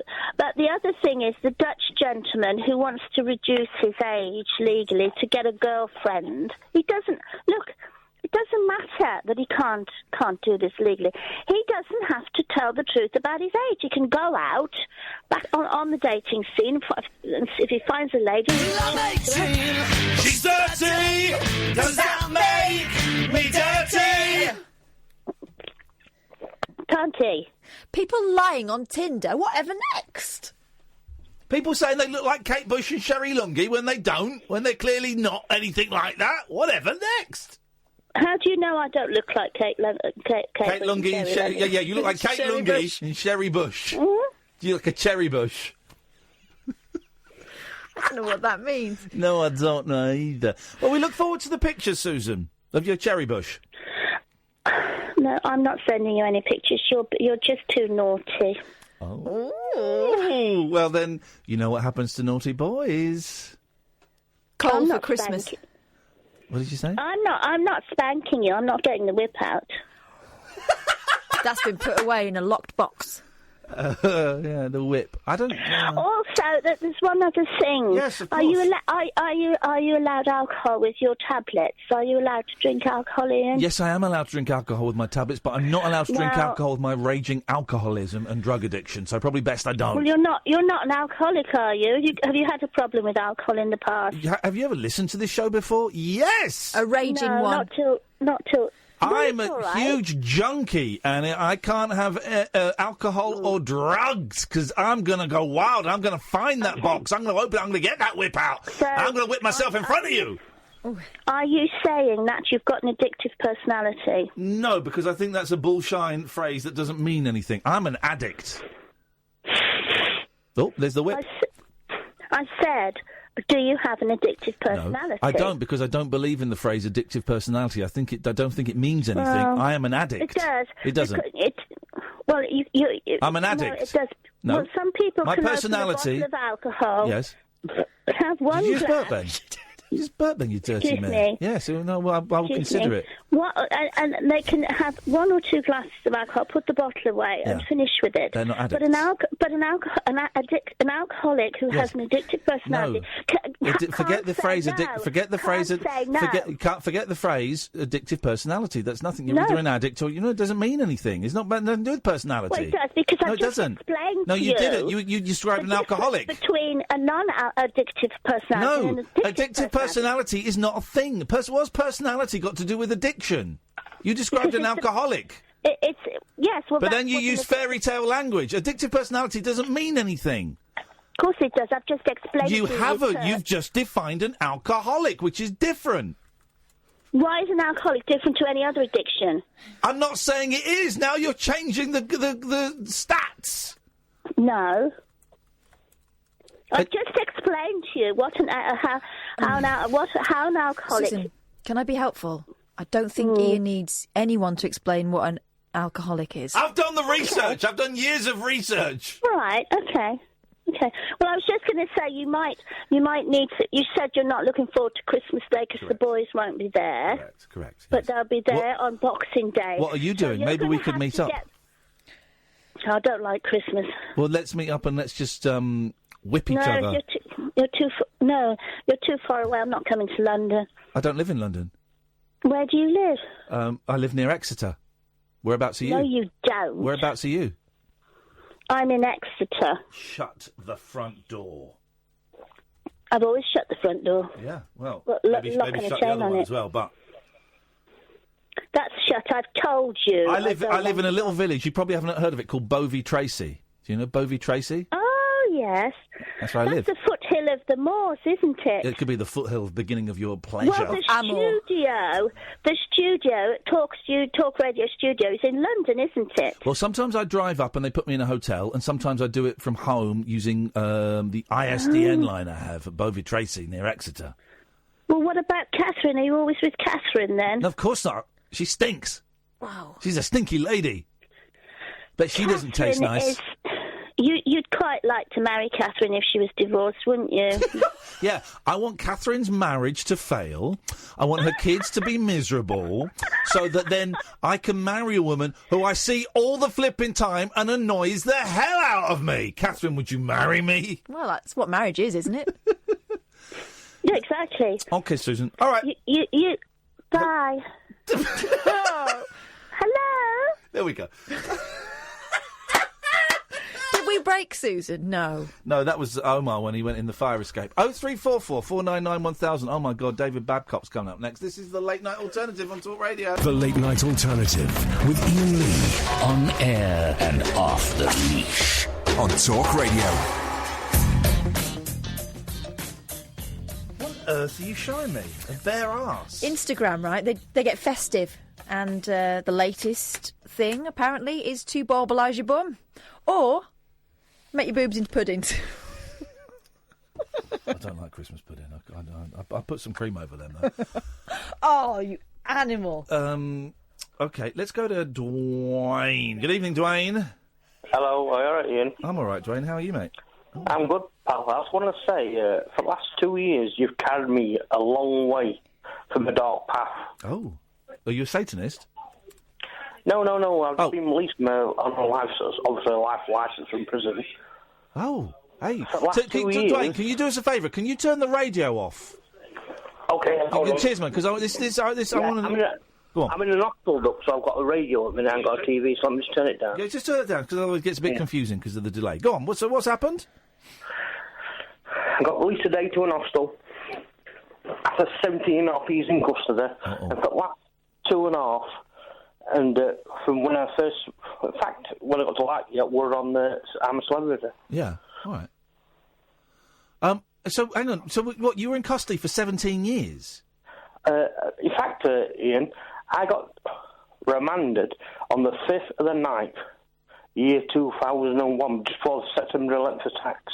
Well, so that means you weren't involved in those, and that's something. You were out of the police inquiries for that. So no.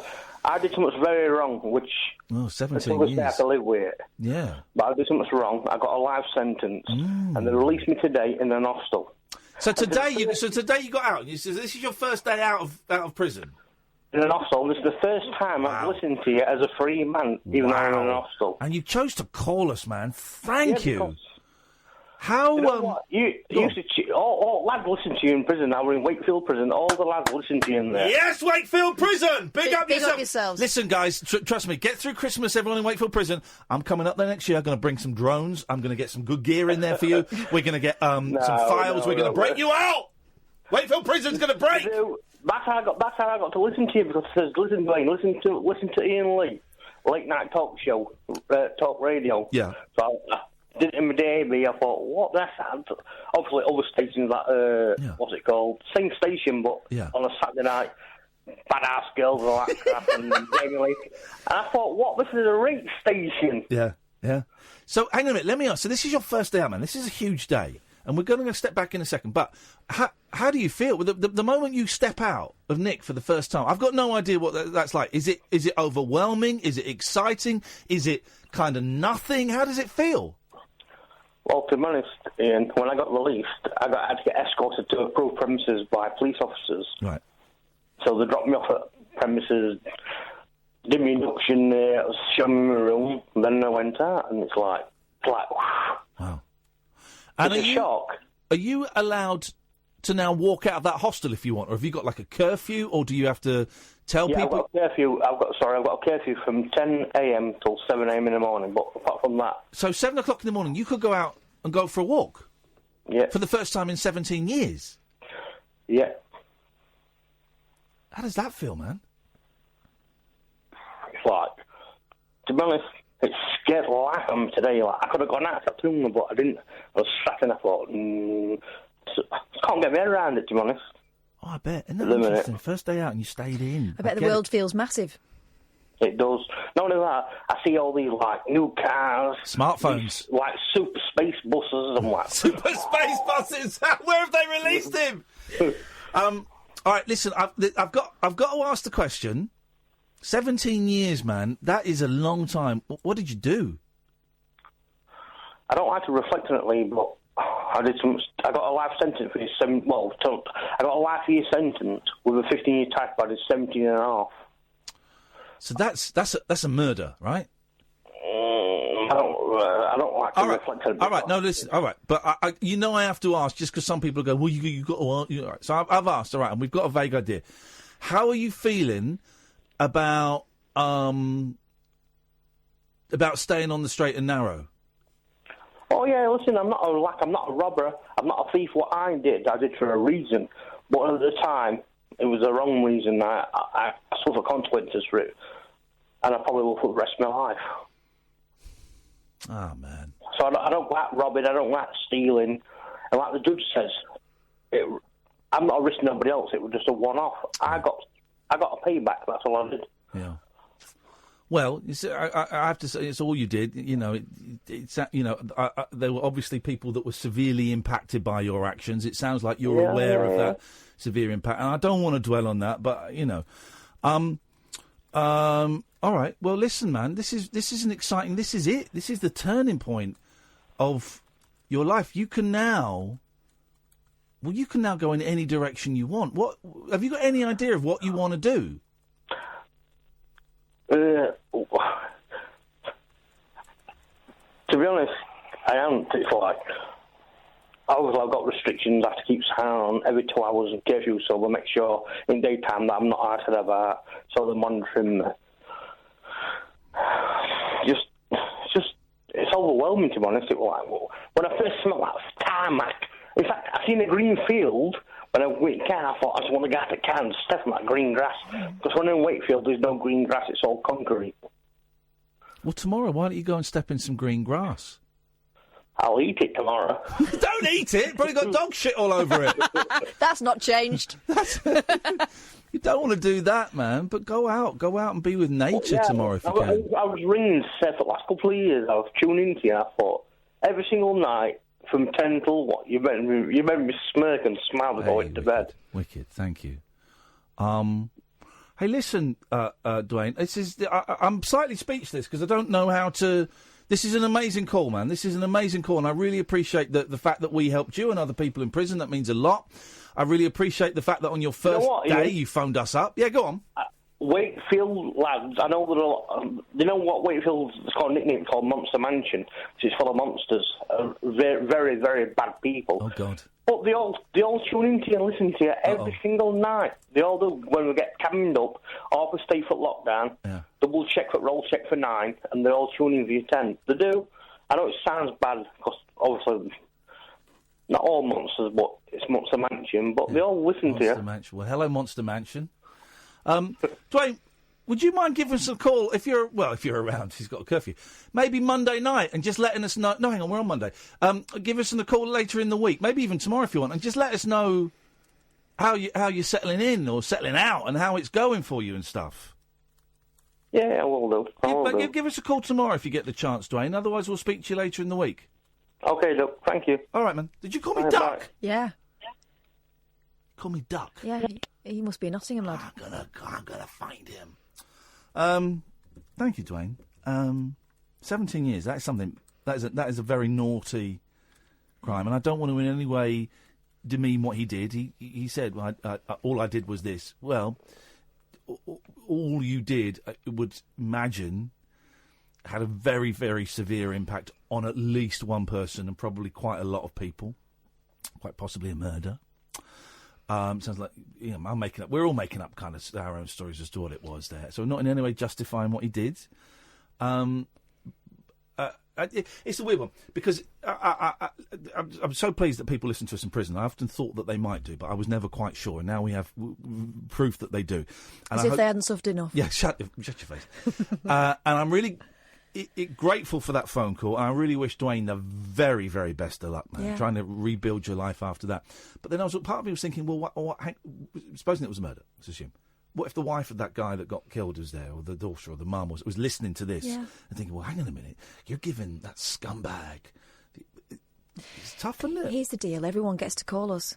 Yeah, yeah, you're right. Whatever Dwayne's done, justice system says that he's out, and he's got to become part of society. And that sounds like it's a really daunting thing. I mean, it's only day one, and he feels like a spaceman. Everyone gets to ring. Matty says, gosh, what a change from Susan's back doors to Dwayne, who served a life sentence in prison. It is, isn't it? We're going to go another 360 degrees. It's David Badcock. That blimey. Isn't it? Yeah. Isn't it? It almost seems like what I've got to talk about isn't very suitable. Oh, well. Of course it's suitable, you muppet. Right. Yeah. I have lost my virginity to one of your listeners. Oh my! Is it a vacuum cleaner? No. That's so last year. He's onto the dustbuster now. Okie dokie. Yes. And I hate to say it, but she's just been on. What, Susan? Yeah. Hey, now when you say you lost your virginity, just stroking one out whilst listening to the radio doesn't count. Doesn't count, does it, Catherine? No, she has to be in the same town, at least. Yeah. We're in the same room. The same room, ideally, yes. Yeah. You have to be in the same person for it to count. You do have to be in the same person, yes. For it to count. I'm afraid, young man. So you're still a big old V. No, we did do the dirty. No, you didn't. No, you didn't. He met on the talk radio single that. The kind of mind. You never thought you'd find. Yeah. The station of the nation for a little masturbation. The fire exit. No. Listen, I'm getting into my ghosts again. Now I have nearly all of the copies of The Unexplained. I was listening to a nice drama. Why do all the dramas on Radio 4 when they have Toby Jones on? They always make him do an American accent. And he's a great actor, but he does a terrible American accent. You just think he's a brilliant British actor. Get him to do a British accent. But it's about ghosts. And it got me thinking, David, and also I think my house is haunted at the moment because I've been playing with Ouija boards. My TV keeps turning on at random times. They love Four in a Bed, but who doesn't? They love Four in a Bed and they love This Morning. So I wondered, David, if you had any news from the spirit world. Well, I've got a bit of news. Have you heard of Clinton Baptiste? Yes. Yes, I have heard of Clinton Baptiste, yes. Well, he's a fraud. He's copied me. What do you mean? He does a podcast. Yeah, well, Clinton Baptiste, of course, is a very, very famous celebrity... renowned psychic. Worked with Peter Kay, I believe, and toured the clubs, and been doing it for a long, long time. In fact, I'm just going to retweet his podcast now. Yeah, I've listened to it. It's an absolute belter. Yeah. No, it's not actually, because it's completely detrived from my Ghost and Me podcast. I'm an old cynic, but even I was wavering there listening to that. I mean, it's uncanny. Yeah, it is. I've not heard it, but I bet it's stunning. Mm. No, it doesn't matter if it's stunning if it's copied off someone. Well, hang on. Tell me exactly what Clinton Baptiste has copied from you. He's done a paranormal podcast. Okay, so right. Okay, well, hang on. There are loads of paranormal podcasts. Yours was not the first. No. Everyone's doing podcasts these days. But he's got a connection to this show. Hasn't he? He's been on that. I think Clinton Baptiste has not been on this show, no. No. Well, we've been trying to get him, to be honest, but he's under licence. Yeah. Similar fan base. I just think it's a shame. Well, why don't you go out and do an even better podcast? Because nobody will come on it. Hang on a minute, I was on it. I know, but you were on season 1, the most successful season. Season. And the only season. Yes. Yes. But, and I've emailed so many people. Nick Helm, have you heard of him? Nick Helm? He's a comedian, apparently. Okay, right, yeah. He said he'd come on. He's blown me up the dust pipe. I don't know what I mean. Right, okay. Well, it's not my fault you can't get... have you had Catherine yet? Catherine doesn't want to come on. Yes, she does. She does. Catherine's branching out as a solo act. I'm booking her. She'll do it. Of course she'll do it. She's doing it. Right, so who else will do it? Oh, because that's not enough. Right, I'm not doing it now. No, you're doing it. You've done me so... Come on, let's help this guy. He's obviously, got some sort of brain deficiency. Support him. Okay, well, listen, if there's any famous people... We've got a lot of famous people listen to this. Yeah, any famous alive people, because obviously the dead ones are already chatting to Babcock. How about murderers? Because we've got a lot of people inside the Monster Mansion. Yeah, but they're not allowed phones. Well, they're not allowed phones, but they get phones with drones and up their bum holes. I would be very uncomfortable talking to a poo phone.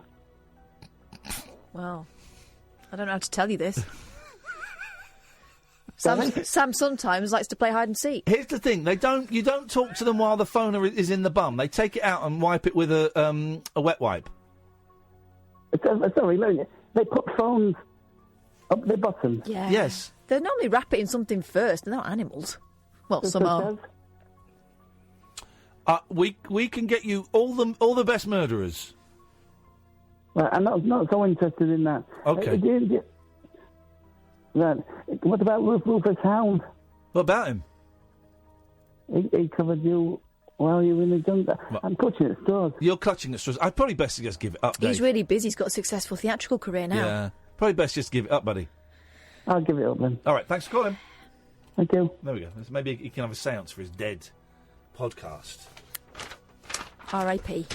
R.I.P. That's 2 hours of absolute hogwash that we've done.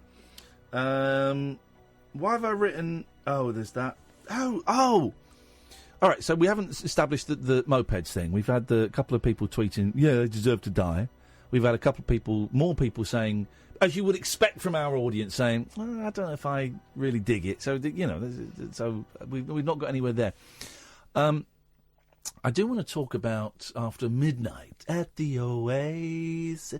Midnight out with Oasis, having a banging time. Buzzing for it, mad. Did you see the Tyson Fury inspirational speech for people with mental health issues? Everyone's going, this is great. I really think you're going to do it. Because about 2 years ago, everyone was laughing at him for saying ridiculous things. Well, he did an inspirational speech, and a few people tweeted me saying, Ian, I know you're not into sports, but I think you'll like this. And I'd seen a bit out of context tweeted by someone, and I thought, that can't be a direct quote, because that's lousy advice. So I watched it. We'll play it after midnight. You've got to remember, he's just come out of the ring after a gruelling 12 rounds. So maybe his I think it's the worst bit of advice for people suffering with mental health I've ever heard in my life, is what I'm saying. But the good news is it looks like he's turning things around for himself. Yeah, good for him. Thumbs up. Good for him. But the advice, I think, is kind of lousy. But I want to give him the benefit of the doubt, because he's just had, the fight for blooming ages in a boxing match game. 0344 499 1000. This is Talk Radio. The Late Night Alternative with Iain Lee on Talk Radio. We have ways of making you talk.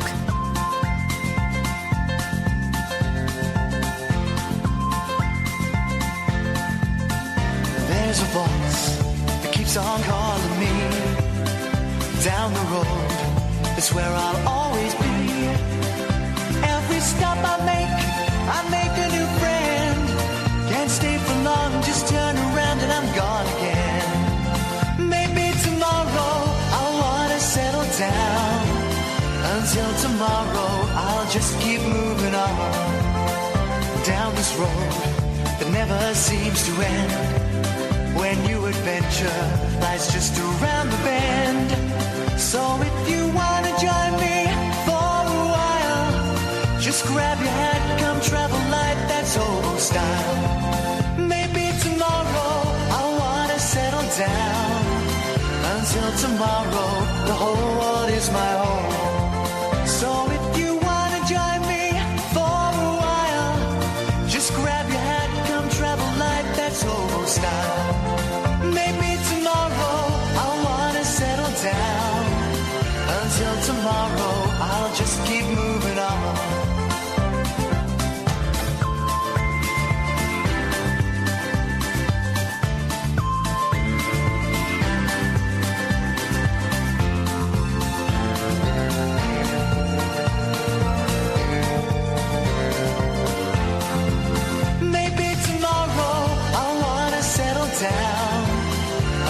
Tomorrow, I'll just keep moving on. There's a world that's waiting to unfold, a brand new tale no one has ever told. We've journeyed far, but you know it won't be long. We're almost there and we've paid our fare with a hobo song. Maybe tomorrow I'll want to settle down. Until tomorrow, I'll just keep moving on. So if you want to join me for a while, just grab your hat, come travel light, that's hobo style. Maybe tomorrow I'll find what I call home. Until tomorrow, you know I'm free to roll.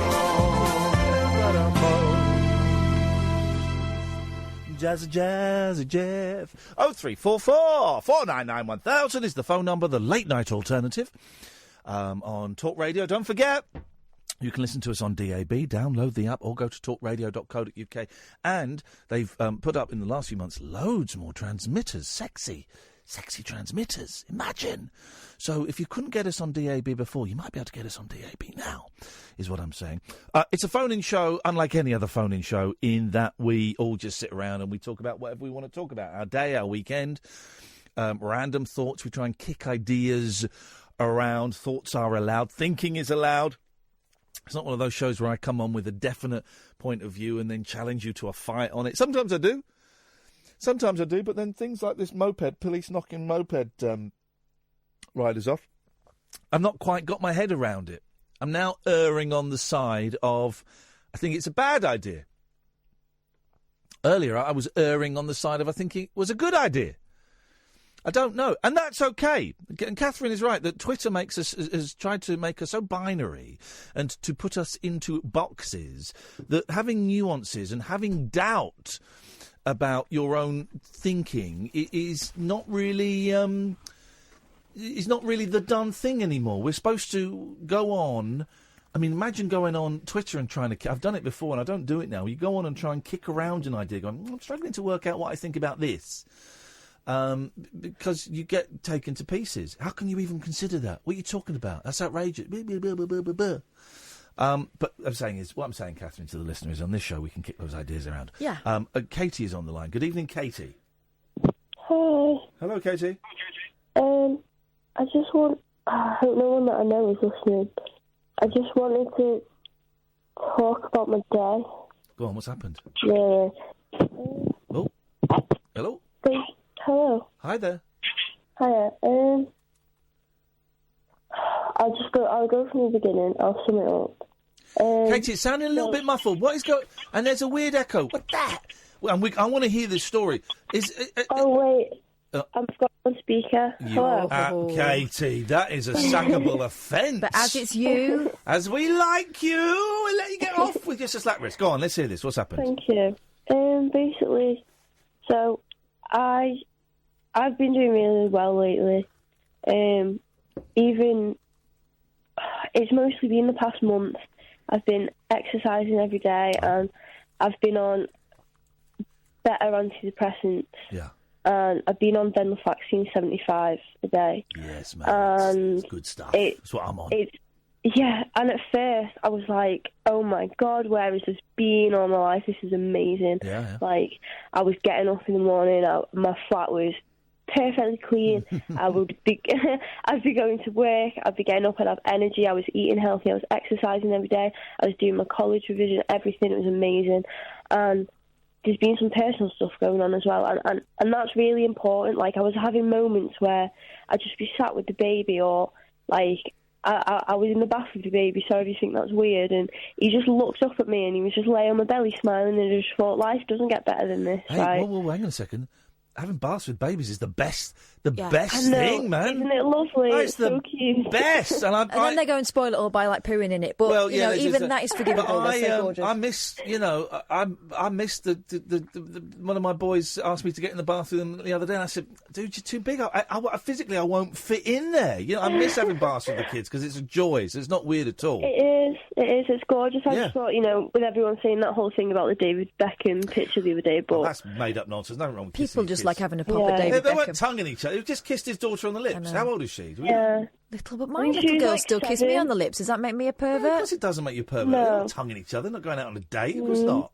No. I kiss my baby on the lips all the time. I don't think it's weird. My boys are now at the age where they joke about kissing me on the lips, and then they kind of pull away and go. My 10-year-old is like giving me the old switcheroo at the last minute and giving me the cheek, and that's cool. Do you know what? She's calling the shots. That's Whatever fine. they're happy with, man. There's nothing weird about that. Listen, you know what's appropriate, and there's nothing better than a naked baby. I'm going to say it. When it's your own baby, turning your baby around, kissing them on the bum when they're naked. Yeah, that is what life is all about, Katie. Yeah. And no one's going to tell me otherwise, because I know my intention is pure, and you know your intention is pure, and that's it. I know. You want to marvel at their beauty. Anyway, go on. Sorry, I just don't want to take up too much time. Mate, we got no other callers, and we like you. Time is yours. And, we take as long as you want or as short as you want. It's all groovy. Thank you. So yeah, things have been good, but, I mean, to put it into context, a year ago, I was living in, I moved out when I was 17, and, a year ago, I was living in, a hostel supported accommodation type place. It's basically a bunch of flats, but they're not really proper flats. Like the staff in them for homeless kids basically. And my mental health was worse than I'd ever been. I was a drug addict. I'd lived on my own for 3 years, and it was a mess. And I really came through that the other end. And I was thinking about it before, and I thought it was. Not before yesterday, and things the past few weeks have not been that great. No, the past month has been fine. The past week, everything for some reason has just turned. And has there been anything specific that's happened, or has it just started getting out of your grasp a little bit? Well, I think I'm just stressed because things with me and my baby's dad are just, it's just horrible. I don't even mean he's horrible. I mean the situation is horrible. In what way? Because I know that you weren't speaking to your baby's dad, but he was being a dad and he was taking responsibility there. Has anything changed? No, I mean, in fact, it's the opposite. He wants to see the baby more, and I want him to be in the baby's life. It's hard because I mean, he gets him 2 nights and 2 days, 2 nights and kind of 3 days. Yeah. If you count the beginnings and the ends, but I don't know, because on the one hand, he's his dad, and I know that he needs him, and then on the other hand, I think I'm just a bit weak at the moment. And then, long story short, basically today I ended up relapsing. Oh man! I know. On everything as well. I'd quit smoking. I didn't even smoke bifters, not even cigarettes, and today everything just. Did you just say bifter? Yeah, a cigarette. I've not heard the word bifter for 30 years. We used to call a joint a bifter. We used to heam up a bifter, and that was like roll a joint as a bifter. That's because you're from London, isn't it? Yeah, that's right. Yeah, I'm from Liverpool, so it means cigarette. Okay, so straight. We call that a straight. Yeah, people say straight now. So I moved to Warrington, and people there say straight, stuff like that. Yeah. So so let me just try and get a grip on something. Are you saying I'm getting one of two things? I think I know which it is. But are you saying about the dad? Are you saying that you're still in love with him and you want to be with him? Oh no, right. no. Are you saying then that you struggle when your kid goes with his dad and you want the kid with you more? It's not that I want him with him more. I don't want him with me less. You want the baby with. When you hand the baby over, you kind of miss him, and you want him to spend more time with you than he does. The baby. No. I don't want him to spend. Basically, I'm happy with this arrangement of the 2 nights and kind of 3 days. Okay. But he wants more. And you would struggle with that. Yeah, because I mean, when he goes away for that time, I'm generally fine. The first night, I'll relax, and then the second day, I'll get up, I'll do things I need to do, I'll sort any issues that need sorting, or I'll give my flat a really deep clean. Things you just can't do when the baby's around. Of course not. Yeah. And then I'll generally do my college work because I'm doing my A-levels at the moment, or I'll go to work. I only work 8 hours a week, so I'll do something productive, and I'm generally fine, but towards the end of maybe the second night, I don't know, maybe it's just, when you have one thing that's really kind of helping you through. Yeah. And when that thing's not taken away from you, but it's just not there, like with my baby, I feel like he just gives me the strength, is what I'm trying to say. Okay. To be a better person for myself and for him. Because if it was just me, honestly, I'm not. You'd give up. You think you might give up. Okay. Well, let's have a look at that. So your baby gives you the strength to carry on, and our kids do give us all a lot of strength. They're exhausted and they're tired, but they give us a lot of strength at times. But does your baby need to be there, physically be there, for you to have that strength? No. I know that as well. Yeah. Because this is what I'm finding I've not lived with my boys properly for 2.5 years now. And this is what I am finding by being away from my boys, right? I had a little bit of a relapse a while ago because I wasn't with my kids. But I came to my senses quickly enough because I knew that if I was off drinking or drugging or shagging or whatever it was I was doing, that even though the boys weren't with me, that would still have a negative impact on their lives. And that I needed to keep it together when I wasn't with my boys, so that the times I was with my boys, I wasn't feeling guilty and I wasn't feeling ashamed and I wasn't coming down and I wasn't thinking, I'm going to go and see a dealer on Tuesday when I drop them off. You know what I mean? That I was with them completely. So, and I'm also, I tell you what, I'm there's so much I want to ask you, but there's a lot of stuff I don't want you to say on the radio because I don't want you. Who knows who's listening? I don't want you to jeopardise anything by going into detail. So, So we can quite happily say you picked up the fags after not smoking for a long time, right? Yeah. Right, yeah. fine. Well, let's say you picked up the fags after not smoking for a long time, right? And we kind of wink at each other. Yeah, because I don't want you to say anything that's going to jeopardise stuff later on down the line. Yeah. And I would, if you wanted to share more, you've got my email address because I emailed you. You could email me. Not that I could give you advice or stuff, but if you felt like the need to, you could email me. Yeah, I don't want to be one of them people who uses the show as a crutch. I know a few people do that, but I think... No, I'm glad you're sharing this, because this is really important, and there's loads of things I want to say. First of all, in terms of, like, staying clean and stuff, how are you doing it? Are you just doing it on your own? Are you going to meetings? Have you got, like, a counsellor or a doctor? How are you doing it? I kind of, when I first found out I was pregnant, I quit straight away. Okay, brilliant. And then it was a very, very stressful pregnancy, and I kind of just thought, you know what? I'm not going to lie, I'll just say it. It's horrible, but I was going to get an abortion. And I mean, think about it. I was a drug addict. I was in a hostel. I was 19. I just found out I was pregnant with, on benefits and not doing anything worthy with my life. Just found out I was pregnant with someone who, at the time, we were broken up. It was like breakup sex. We'd both been doing bad things, and the relationship had crumbled. And then, next thing you know, and that had happened. And so I was going to get an abortion, and my mental health was worse than it's ever been. At that time, I genuinely thought, and I'm just going to say this on the radio in front of millions of people. Oh my God, what am I doing? I actually thought if I got an abortion, that the UK was going to get nuked because my mental health was so twisted at that time. That's not. That's a crazy thing to say, but actually, it's not that crazy. A lot of people think if I do this action, then I'm going to be punished by God, or the world is going to be punished. But so that's not an unusual thing to think. I think.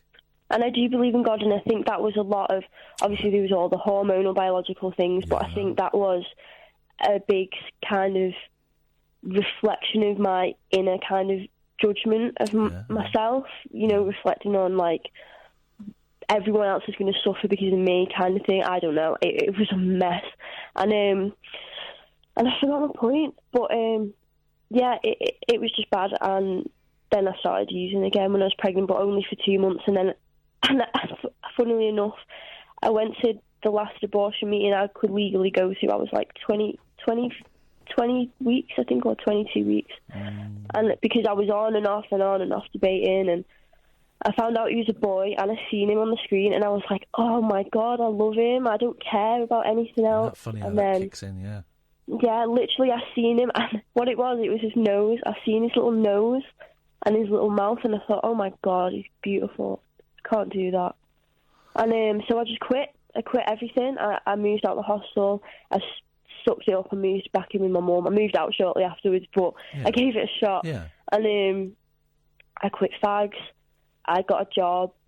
I started doing my A-levels, started working on eating healthily, and but I mean, things were still bad, but then I was clean since then. That was February, I think.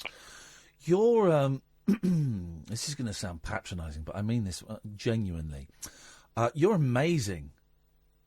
I don't know if you know that, but everything you have just said is amazing. You are an incredible young woman and an incredible human being with an amazing amount of resilience and tolerance and the ability to turn all of that shit around for the sake of you and the sake of your son is amazing. I don't know if anyone's ever told you that, but you, that's one of the strongest things I've ever heard in my life, right? Even with all the nut stuff, all the nuclear stuff, all of that. To come back from that, to fall in love with your baby because you saw it on the screen, and to get clean, and to move out, and to go back and start doing your A-levels. I was going to say at your age, that's a bit patronising. At any age, that is amazing. Thank you. It is amazing, Katie. I've not rang up for you to say that. No, I know you haven't, but I think it's important that you do say that, because I bet you don't get enough of that being told to you. It's all right to hear that you've done amazing things. And the next thing you need to do is you need to decide whether you want to keep your kid with you or not. Because if you don't, well, then that's fine. Then you can go and start drinking and doing drugs again. If you do, then we need to come up with a way to help you stay clean.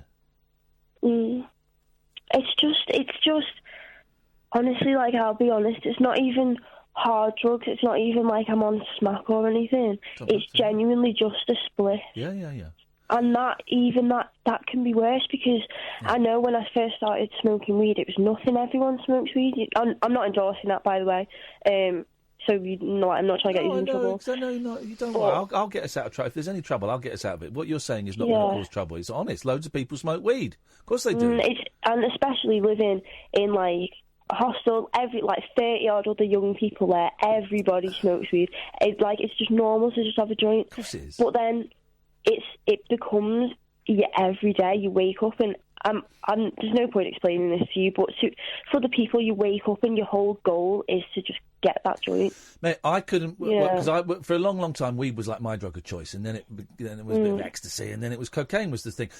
And the weed was, I would smoke joints all day. Literally, I would chain smoke joints all day. I'd finish one, and as I was finishing it, I was rolling another one. Yeah, and I would go to bed. I would go to bed smoking a joint, and I'd fall asleep, and then I'd wake up at 2 a.m. and go, "Oh, there's still a bit of a joint left." And I'll finish have that. it, yeah. Finish it. Then I'd wake up at 8, 9, 10 o'clock. When I was doing the breakfast show, Rise, right, the TV show, years and years ago, I would get up. I had to leave the house at like 3 or half 3 in the morning. I'd have 2 joints before I went, and then I'd pre-roll a couple of joints to smoke in the car park. So I'm having 4 joints before I'm doing a breakfast TV show. Yeah. So the people who say that, well, weed isn't addictive. Well, yeah, it is. Anything that changes the way you feel is addictive. And you get addicted to that carefree feeling of just being stoned, and then it turns into you getting paranoid and you're thinking, oh my God, and all your money's going and you stink all the time. And this is the thing, it stinks now. You kids are in a terrible position, because when I was smoking it didn't stink, and now it stinks. You can smell it when it's in their pocket. Newsflash, yes it did. No, not when it was in your pocket, it didn't. All right. When you're carrying it around, you couldn't smell it. Now you can smell it in a coat. So you kept clean on your own without doing anything? Yeah, literally, right.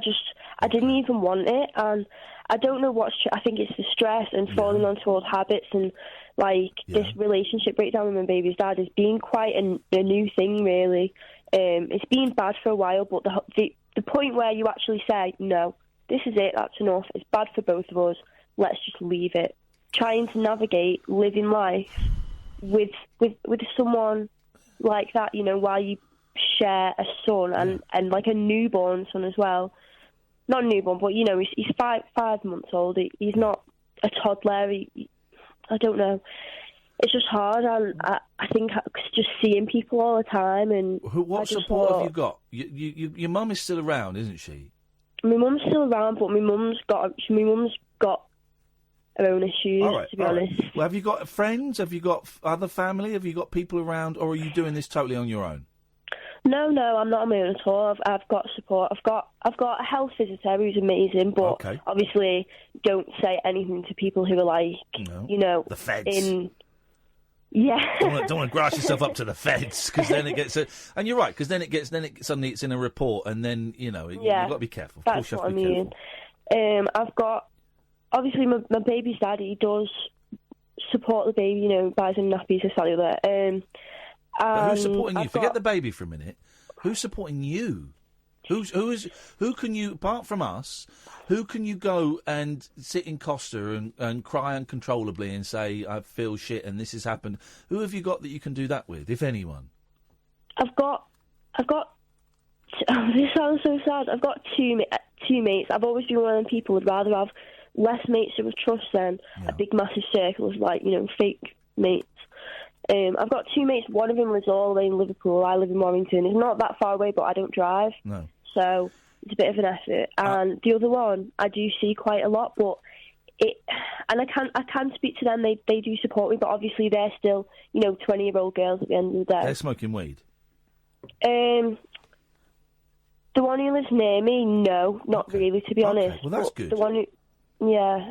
I mean, I can be sober with both of them. Yeah, but quite often someone who does smoke a bit of weed and thinks it's just a bit of weed, quite often is scratching their head going, well, you can have a joint. Yeah, you can have a joint, can't you? Know. Yeah.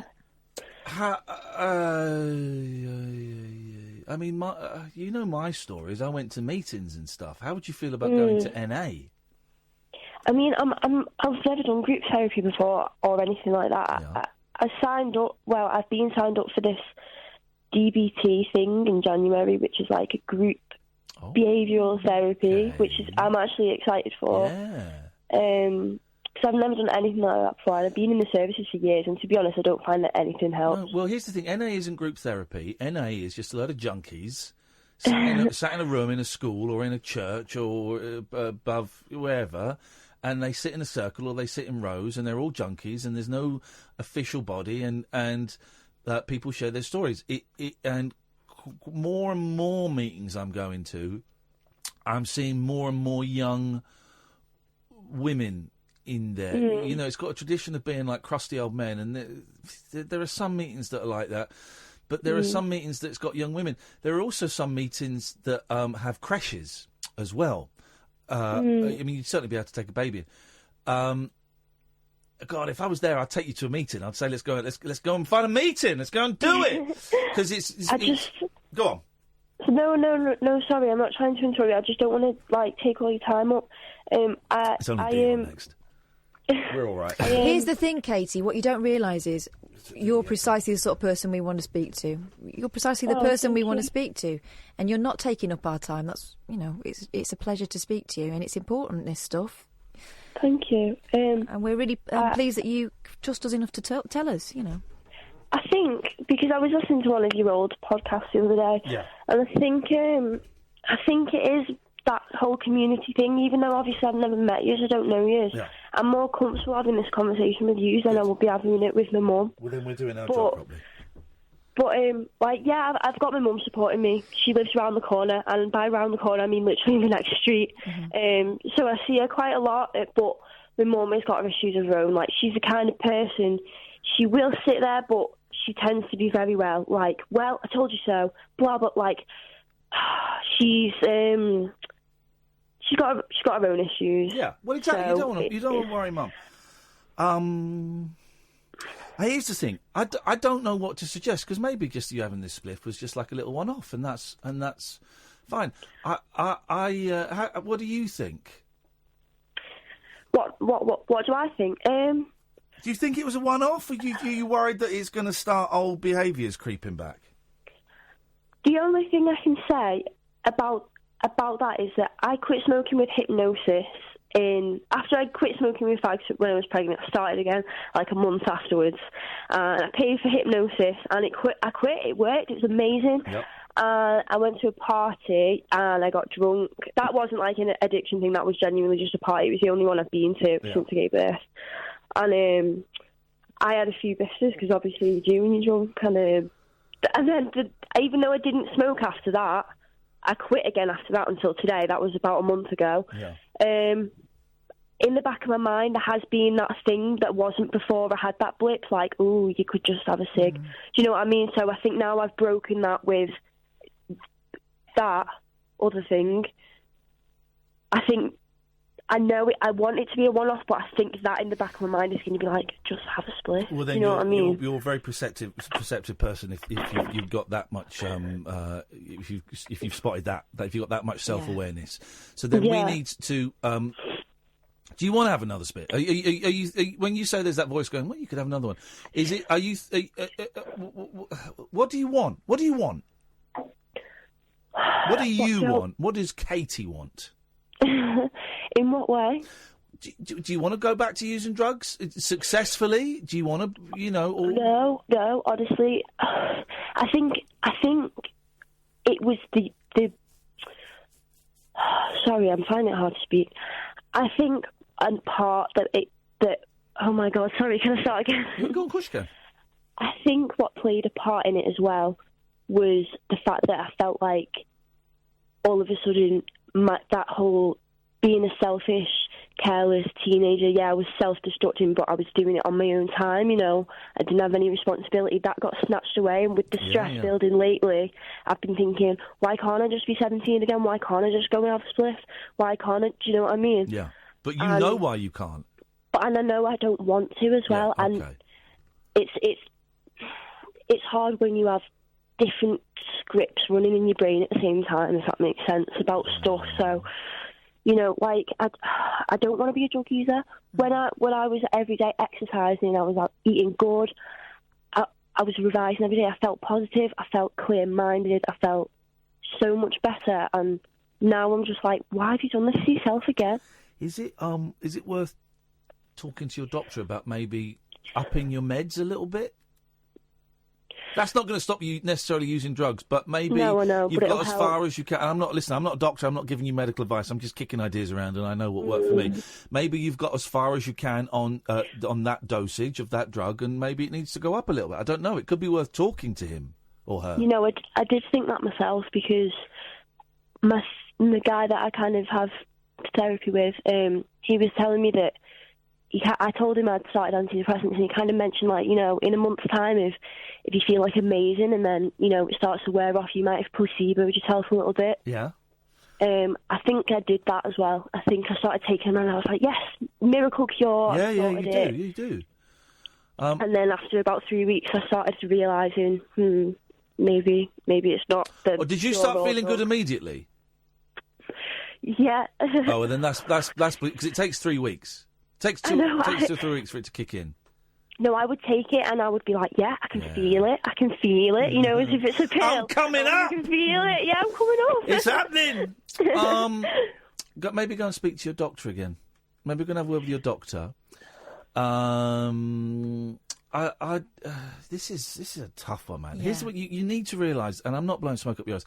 You need to realise that you have achieved a lot, right? And this is just a little wobble, and a little wobble can be sorted out. And that you are a beautiful, amazing human being, and I bet you're an incredible mum, even though you may not think it. And honestly, you've achieved so much, and to have done this at 19, and to pulled yourself back from the brink to do this, that's incredible, man. And it's stressful. It's really stressful. Yeah, it is. It's like, especially when I see all people I know out on Snapchat, like, partying and this and that. I don't miss it. I wasn't ever a party girl. I was more just, like, sit in my room, have a cup of tea and get stoned. But it's just like, you are all not living your life, because I love my life, honestly, and I wouldn't trade it. I think maybe I'm just someone who can never be, like, happy or satisfied. I don't know. Yeah, you can. No, that's not true. You can be happy, also, definitely. It's okay. Guarantee it. It's okay to look at that and be a bit jealous of it and still love your life. Don't feel guilty about that. A lot of young mums, a lot of new mums feel like that. A lot of, you know, people. I was how old was I when I had my first? 31, 32. And I was one of the first lot of my friends that had a baby, and I was looking at their Facebook and going, God, they're having a wicked life. But then, do you know what? There's equally that number of people looking at yours and going, oh, God, what a gorgeous baby, she's got it sorted. Yeah, I know. And you can feel grateful. both, and you write about both. You know, it's shitty that you've had to, you know, face up to such a lot of responsibility and go through such hard times. But it won't always be like this, and you're worth the investment in yourself. And I would say as well, I know it's tough giving the kids over, but really enjoy, really exploit, there we go, that's the word, really exploit the times you don't have the boy with you. By reading a good book, by watching a film that you wouldn't get a chance to watch, by going for a walk, by going and feeding the ducks. You do it, okay? By going and doing stuff, stuff that is good for your soul that you can't do when you got a baby in a buggy or strapped to you, or you got to feed every 45 minutes, whatever it is. Go and do stuff that enriches. Go and do selfish stuff. There's nothing wrong with being selfish, right? We need to be selfish so that we're more present for those around us. Yeah, because if mum's happy, baby's happy, right? And then you'll have loads to tell him when he comes back. Guess what I've been doing, you know? I know it's daft because at the moment he doesn't understand, but he does know that you're talking to him. But also, being selfish can be just sitting and watching, 4 episodes of Come Dine With Me back to back. Now. You're doing that. It doesn't have to be. You don't have to be doing stuff all the time. If it's a Tuesday afternoon and you feel like watching 4 episodes of Come Dine With Me, then do that. That's legitimate. If that's what it takes to nourish your soul, then do that. man? I think what I'm going to do is tonight I'm gonna have a cup of tea and just chill, go to sleep, and then I'm gonna see my grandma tomorrow, and I'm gonna ring my doctor, and I'm gonna try and maybe take a step back from everything, like maybe social media and my friends, just for like a week or two, and stop looking at people while going out and all that, and maybe if I just focus on getting back on track and exercising every day, that really helped my mental health. It was insane. Let me ask the question that is never a fun question to ask. Have you got any weed in the house? No. I wasn't around the baby anyway. No, I'm not saying about the baby. I'm just saying, because if you had some, wouldn't it be great if you could go and flush it down the toilet? But if you haven't got any in, then that's fine. That's cool. No, I only got a tiny bit anyway. I was like, I'm going to go under if I do any more. She's blending off everyone else. She's one of those tokers. Let me have a toke on that job. Hey, listen, Katie, thank you so much for calling. I really appreciate it. And thank you so much for listening. We'll speak later in the week, I hope. And tomorrow if you want, or any time this week. Oh, can I ask, did you hear about that girl that went missing? Oh, Katie! Sorry. Flipping heck, love! Sorry. I know that came... No, don't worry, it's fine. We dumped it. I know that came from a place of yeah, I know. It's as each day goes on, it doesn't look great, but I'm still optimistic and I still got my fingers crossed. I know. I will go in a second. It's just I really, when I heard that, my heart, she's 19, mental problems and all that, I really hope that they find her and she's okay. I hope she's just off somewhere on a bender or something. Now go and wash your mouth out with soap, you kiss your baby with that mouth. We'll speak to you later in the week, Katie. Take care. Yeah, thank you. Bye. Thank you. Bye-bye. What an amazing person. And that sounds patronising because I'm an old fart. But I couldn't... At 19, I was a wreck. At 19, I was at university studying performing arts, but... I was a car crash. I was an a-hole. I was a dick. I treated women terribly and would do for many, many years. I was just starting to discover the world of chemicals and what the potential they had. I was directionless. I couldn't have been a dad. No. I couldn't have pulled myself back from the brink like she's done. She's amazing. Katie's amazing. Yeah. And an inspiration. And she'll get it. She'll get it. She's close to getting it. Yeah. She's a little wobble. So there's a little wobble. Fine. You're allowed to wobble every now and then. Dion, stay there. We'll come to you in a bit. This is the Late Night Alternative on Talk Radio. The Late Night Alternative with Iain Lee. Unfiltered Night Talk with the original king of unconventional conversation on Talk Radio. We have ways of making you talk. You got this one, Katie. You got this one. Let's go to Jessica. Good evening, Jessica.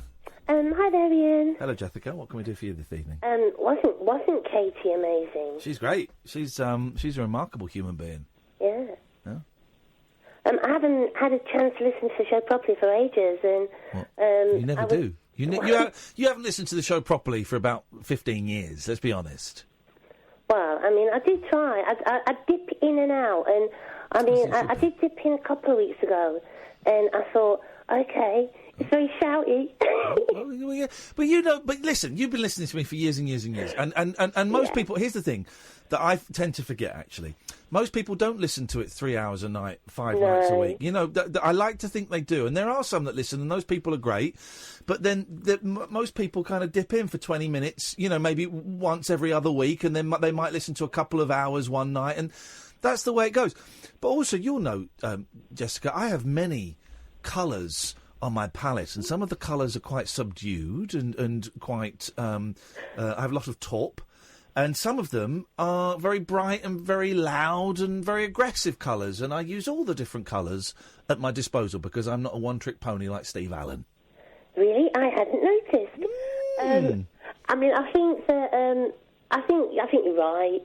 I used to listen a lot, and then I couldn't listen so much, and then I didn't listen at all, and then I listened, and then I didn't, and, I think that sometimes I listen, I'll be honest, take it in the spirit that it's meant, and I think, oh, no, I just can't tonight, No, it's fine. It's a bit shouty, it's a bit singy. You seem to be singing a lot. Whoa, hang on a minute. The shouty stuff, I can understand you wanting to switch off. What the hell is wrong with you, woman? You want to switch off when it's singy? Are you crazy? I don't mind a little bit of singing, but the other night you were just singing songs like for about 2 hours. Oh, Jessica, what is wrong with my songs? You've got no taste in music. There must be something wrong. Let's make love. I think you might enjoy it. Oh, Jessica, come home tonight. You see, I don't mind it when it's love songs like that. It's just when it's rock and roll. When it was Stan, you're a bellend, you draw the line. Right, so it's the genre of singing. Okay, all right, fine. I will take that on board. She likes your tender tunes. I will do more tender tunes and less rock and roll. I think you were singing about kicking someone's head in or something the other night. Well, yeah. That was a great song. Anyway, what I'm saying is that, yes, I can't listen as much, but I've got lucky, you know. I mean, the last hour was just brilliant radio. First of all, there was that crazy Susan woman, and she sounds lovely, and she sounds like she should be, like Alan Bennett has written her or something, you know. She just comes to life on the radio. Yeah, I know what you mean, actually. Well, loads of people are saying, is Susan a character? No, she's not, you know, she's not. She keeps cropping up on other people's programmes and talking about serious things like Brexit. It's just got, like, everything. It's got electricity boxes. It's just got Saga. It's like EastEnders mixed with I don't know what. Yeah, we've had a. Listen, I had a rant a couple of weeks ago about how I was going to quit the show and do rubbish. Yeah. And since then, because it got a little bit of press coverage, we've got quite a few new callers and new listeners that have come in because they want to hear a bloke having a breakdown. But we've got quite a few new callers out of it. And then before that, I mean, Susan and Katie kind of popped up around the same time, actually, I think. So, you know, but I don't know what I'm trying to say, so I'm going to end that sentence. Well, I think what you're saying is that if you're a new listener to the show, then, like, in the last hour, you've had Crazy Susan caller. Yeah. You've had, Damien, was he just out of prison for murder or something? Dwayne. Dwayne. Dwayne.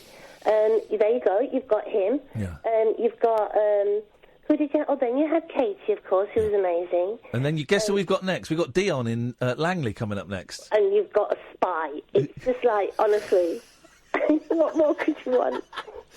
I'll just go, listen, I always like your calls, and I know we don't speak very often, and we used to speak more years ago, but honestly, it's always nice when I see your name pop up. Oh, that's good. And I take all of your, guys, people on Twitter who say, your show is rubbish and you're an idiot, that's constructive criticism. No, that's not constructive criticism. What Jessica has just done is criticism done in a constructive manner. Yeah, she's not a rock and roll fan, we get it, it's fine. What I'm saying is, I think the biggest, don't worry about what people on Twitter are saying, you need to stop saying that your show is rubbish. I heard you saying that the other night, and honestly, I was like, I don't know what you're doing this for. Because you are when you bring an energy to a show or a bad vibe to the show, well, you're going to get sort of stupid people, aren't you? Of course you are. Yes. Well, that's good, Catherine. Yes. I know. I think that you've got a right to do it. You know, if you're not in a good mood, you've still got to rock up to work. We've all done it. Yeah. You know, you're no different. But I'd cut back on that if I could. Okay. If I were you, I don't know. This is great. This is the most production I've had in 3 years. Thank you. Thank you at last. You can take the rest of the week off. There you go. I tell you this stuff and you don't listen to me, but then I suppose I tell you it when you're in the mood. Jessica, it's nice to talk to you, and I appreciate all your comments. We're going to go and speak to a spy now. Oh, have fun. See you later. Have fun. Have fun. She's been calling me since the LBC days. She's right. Do you know what? It's a really obvious thing that hasn't dawned on me for a long time. Most people aren't listening to the 15 hours that we put out every week. There are because I get sucked into and there's loads of people on Twitter that do and listen to Rogers and Sally's and Lane's and all those people, and that's great. Thank you. But of course, I have got it into my head that everybody listens to 3 hours a night, 5 nights a week, and of course they don't. That's a tiny percentage. Most people dip in, or will have maybe half an hour in the car, or 20 minutes as they're getting ready for bed. I love Howard Hughes, but I rarely make it past about 20 minutes because I fall asleep. I listen to. I fall asleep, but I do listen to all of Howard Hughes. What was he? What did he? Oh no, we were busy last night. Did I listen to any? I can't remember. I don't think I did just because we were. The vibe had been killed by threads by nuclear attack from Russia. And of course, what thread? Another thing that I didn't mention last night in the Q&A and threads. That was 1984. So the nuclear missiles they got now, massively more powerful than those ones. Yeah. We're all screwed. Good evening, Dion. Yes, good evening, Ian. Good evening, Kathy. Very polite. We like that. Respectful to the gentleman and to the lady. That's the way I was brunged up. Yeah, well, good for you. Yeah, all right. You weren't patronising to that lady, Katie, was it? No. You weren't patronising at all. You're just being a bit fatherly. Yeah, well, okay. I would disagree. I don't think it was fatherly. I think it was humanly. But go on. Yes, I'd take that. Yeah, it was a great conversation. She's some lady, huh? Yeah, she's very forward-thinking. Yep. Just hope everything goes all right. I think it will do. I think she's... listen, if she's that self-aware, then her boy's got a great mum, and her friends have got a great friend, and she's got a great shot at this. So I think she's going to be cool. Yeah, she's caught herself. Really, yeah, Catherine. Yeah, I think she knows where she's going. Yeah. Hopefully. Well, we know where we're going, and we don't know where we've been, but we know what we're knowing, and we're You're doing it again. That's not rock and roll. It's not rock and roll, though, yeah. It's a not ballad. Tender, not a tender tune. You're singing. I phoned up to talk about this record being banned, getting on my nerves. What record's been banned? Relax by Frankie Goes to Hollywood. No, baby, it's cold outside. It's not been banned. It's been banned by one radio station. Yeah, I know that, but why are in people America? so petty? Huh? Why are sort of people so petty over a song? Mind you, they are Americans, so... Well, because it's got great publicity. Here's the thing, right? Anytime anything is banned, you've always got to think... what is the organisation that's banning this? What are they getting out of it? And generally getting a load of publicity. So this is an American radio station that have banned Baby It's Cold Outside because they think it's a bit rapey. But then I saw a brilliant deconstruction of the lyrics. Actually, it's not rapey at all. If you look at it this way, it's not rapey in the slightest. It's quite empowering for both. It's about a woman trying to excuse herself in the eyes of society for what she really wants to do. Is what the suggestion and then there's another story I saw that as soon as I saw it, I thought, well, that's bullshine. About, is it PETA or PETA, the animal organisation, saying we can't say bringing home the bacon and a bird in the hand is worth two. We can't, yes, we can. That's rubbish. It's best PETA. Now we mention the PETA. But they're great at publicity. Yeah, of course they are. They're masters at it, and they do a lot of good work. I'm not one of those that knock them, but that's just so I've mentioned their name 3 times on the show already now as a direct result of that. Yeah, I mean, any song lyrics, you could make up your own interpretation, but that one was written in 1944. Well, history... Well, hang on a minute. Just because it's a long time ago doesn't mean we should justify I know that. Like that. What about Christine 16 by Kiss? I'm not really a heavy metal fan. Okay. I don't normally say this to girls your age, but when I saw you coming out of school, I just knew I got to make you mine. Christine 16... Well, he could listen to The Police Don't Stand So Close. Well, no, but that's... But he knows that's wrong. He's a teacher. That's based on a true story. He's a teacher, and he's telling an underage girl who has a crush on him, don't. I'm not having any of that because I'm... Yeah, definitely. It's not my scene. Yeah, I mean, a lot of music. I love lyrics in music. I love music, as you know. I know you love music. I know you love lyrics. And speaking of lyrics and music, Paul Ross is in, and Paul Ross is a big fan of lyrics. He's and a lyrical music. gangster. And of course, let's think of Donovan's Mellow Yellow. I'm just wild about 14-year-old girls. They're wild about me. And he sings there about an electrical banana. Yeah. And that was played on Radio 1. Yeah, exactly. You see, Dion? Hello, matey. Yeah. It's everywhere, man. It's everywhere. Just chill out. I think you've got to be something wrong if you fuss over the lyrics. You haven't got Paul Ross. Hang on a minute. It's just don't have a go at my mate Paul. Or even Donovan, who I love. Donovan, top man, Donovan Leach. Atlantis. Yeah. You know, even I was quite surprised Radio 2 done the proper version of Money on Ken Bruce's show. Money? Yeah, because it says bullshit in it, but he let it play. What version of Money? Pink Floyd. Does Pink it Floyd, say that? Yeah. Oh, well, they probably would. Someone might have got. But they were never meant to be singles. There are no singles properly off that album in this country. So, Ken Bruce, hello there, Popmaster. Like he's in the room. Yeah, that's why I put him on. I like Popmaster, keep my brain active. He's not Irish, is he, Ken Bruce? Oh, sorry, Paul. You know how to sting, don't you? Everyone's a critic. All right, Dion, thanks for calling, man. Right, then, thanks very much. Bye-bye. That's why I didn't get the equity card. There we go. How are you, Paul? Oh, not too bad. Did you have a nice weekend? It wasn't bad. It was kind of up and down. Saw my mum, which is lovely, with 2 of my daughters, which is wonderful, up in Hitchin. Yeah. So she's on the mend. So it's all good, I think. All gravy. Very nice indeed. Yeah. Weather was a bit grim, but it's that time of year. It is. I like this. We were in Halifax this morning, and it was grey, and it was wet, and it was beautiful as a direct result of it. That's what it should be in November. And may I say to both of you, thank you very much indeed, because your Dave Hill encounter was fantastic. Thank you for your tweet. Did you, I saw you Yeah, enjoyed it, I was listening. I was agog. I was jealous, envious, whatever the word is, but I was. What a lovely fella he is. Wasn't he great? Yeah. He just sat there and. We just wound him up and watched him go, didn't we? You sit there. He sat in your seat. Yeah, I sat over there. Very daring. I was very happy to give it up. He wandered in on his own, 9:30. Did he have the big hat on? He had a big hat on, but he didn't have that hat on. And he was lovely. Really, really nice bloke. Yeah. Loved it. And he was chatting all the way through the breaks. Yeah, I was also lovely because you got that sense. He obviously enjoyed it, and he knew. I suppose he must be, and I wouldn't have this for a minute because I love Slade, but he must also be ever so slightly cautious that some armpits would try and take the mickey, or you know what I mean? Yeah. And he obviously really warmed to you too. It was lovely. Listen, and thank you. And I've had a few interviews. I remember I interviewed. David Hamilton, of all people, like a year ago, maybe. Little did he, Dave? Did he?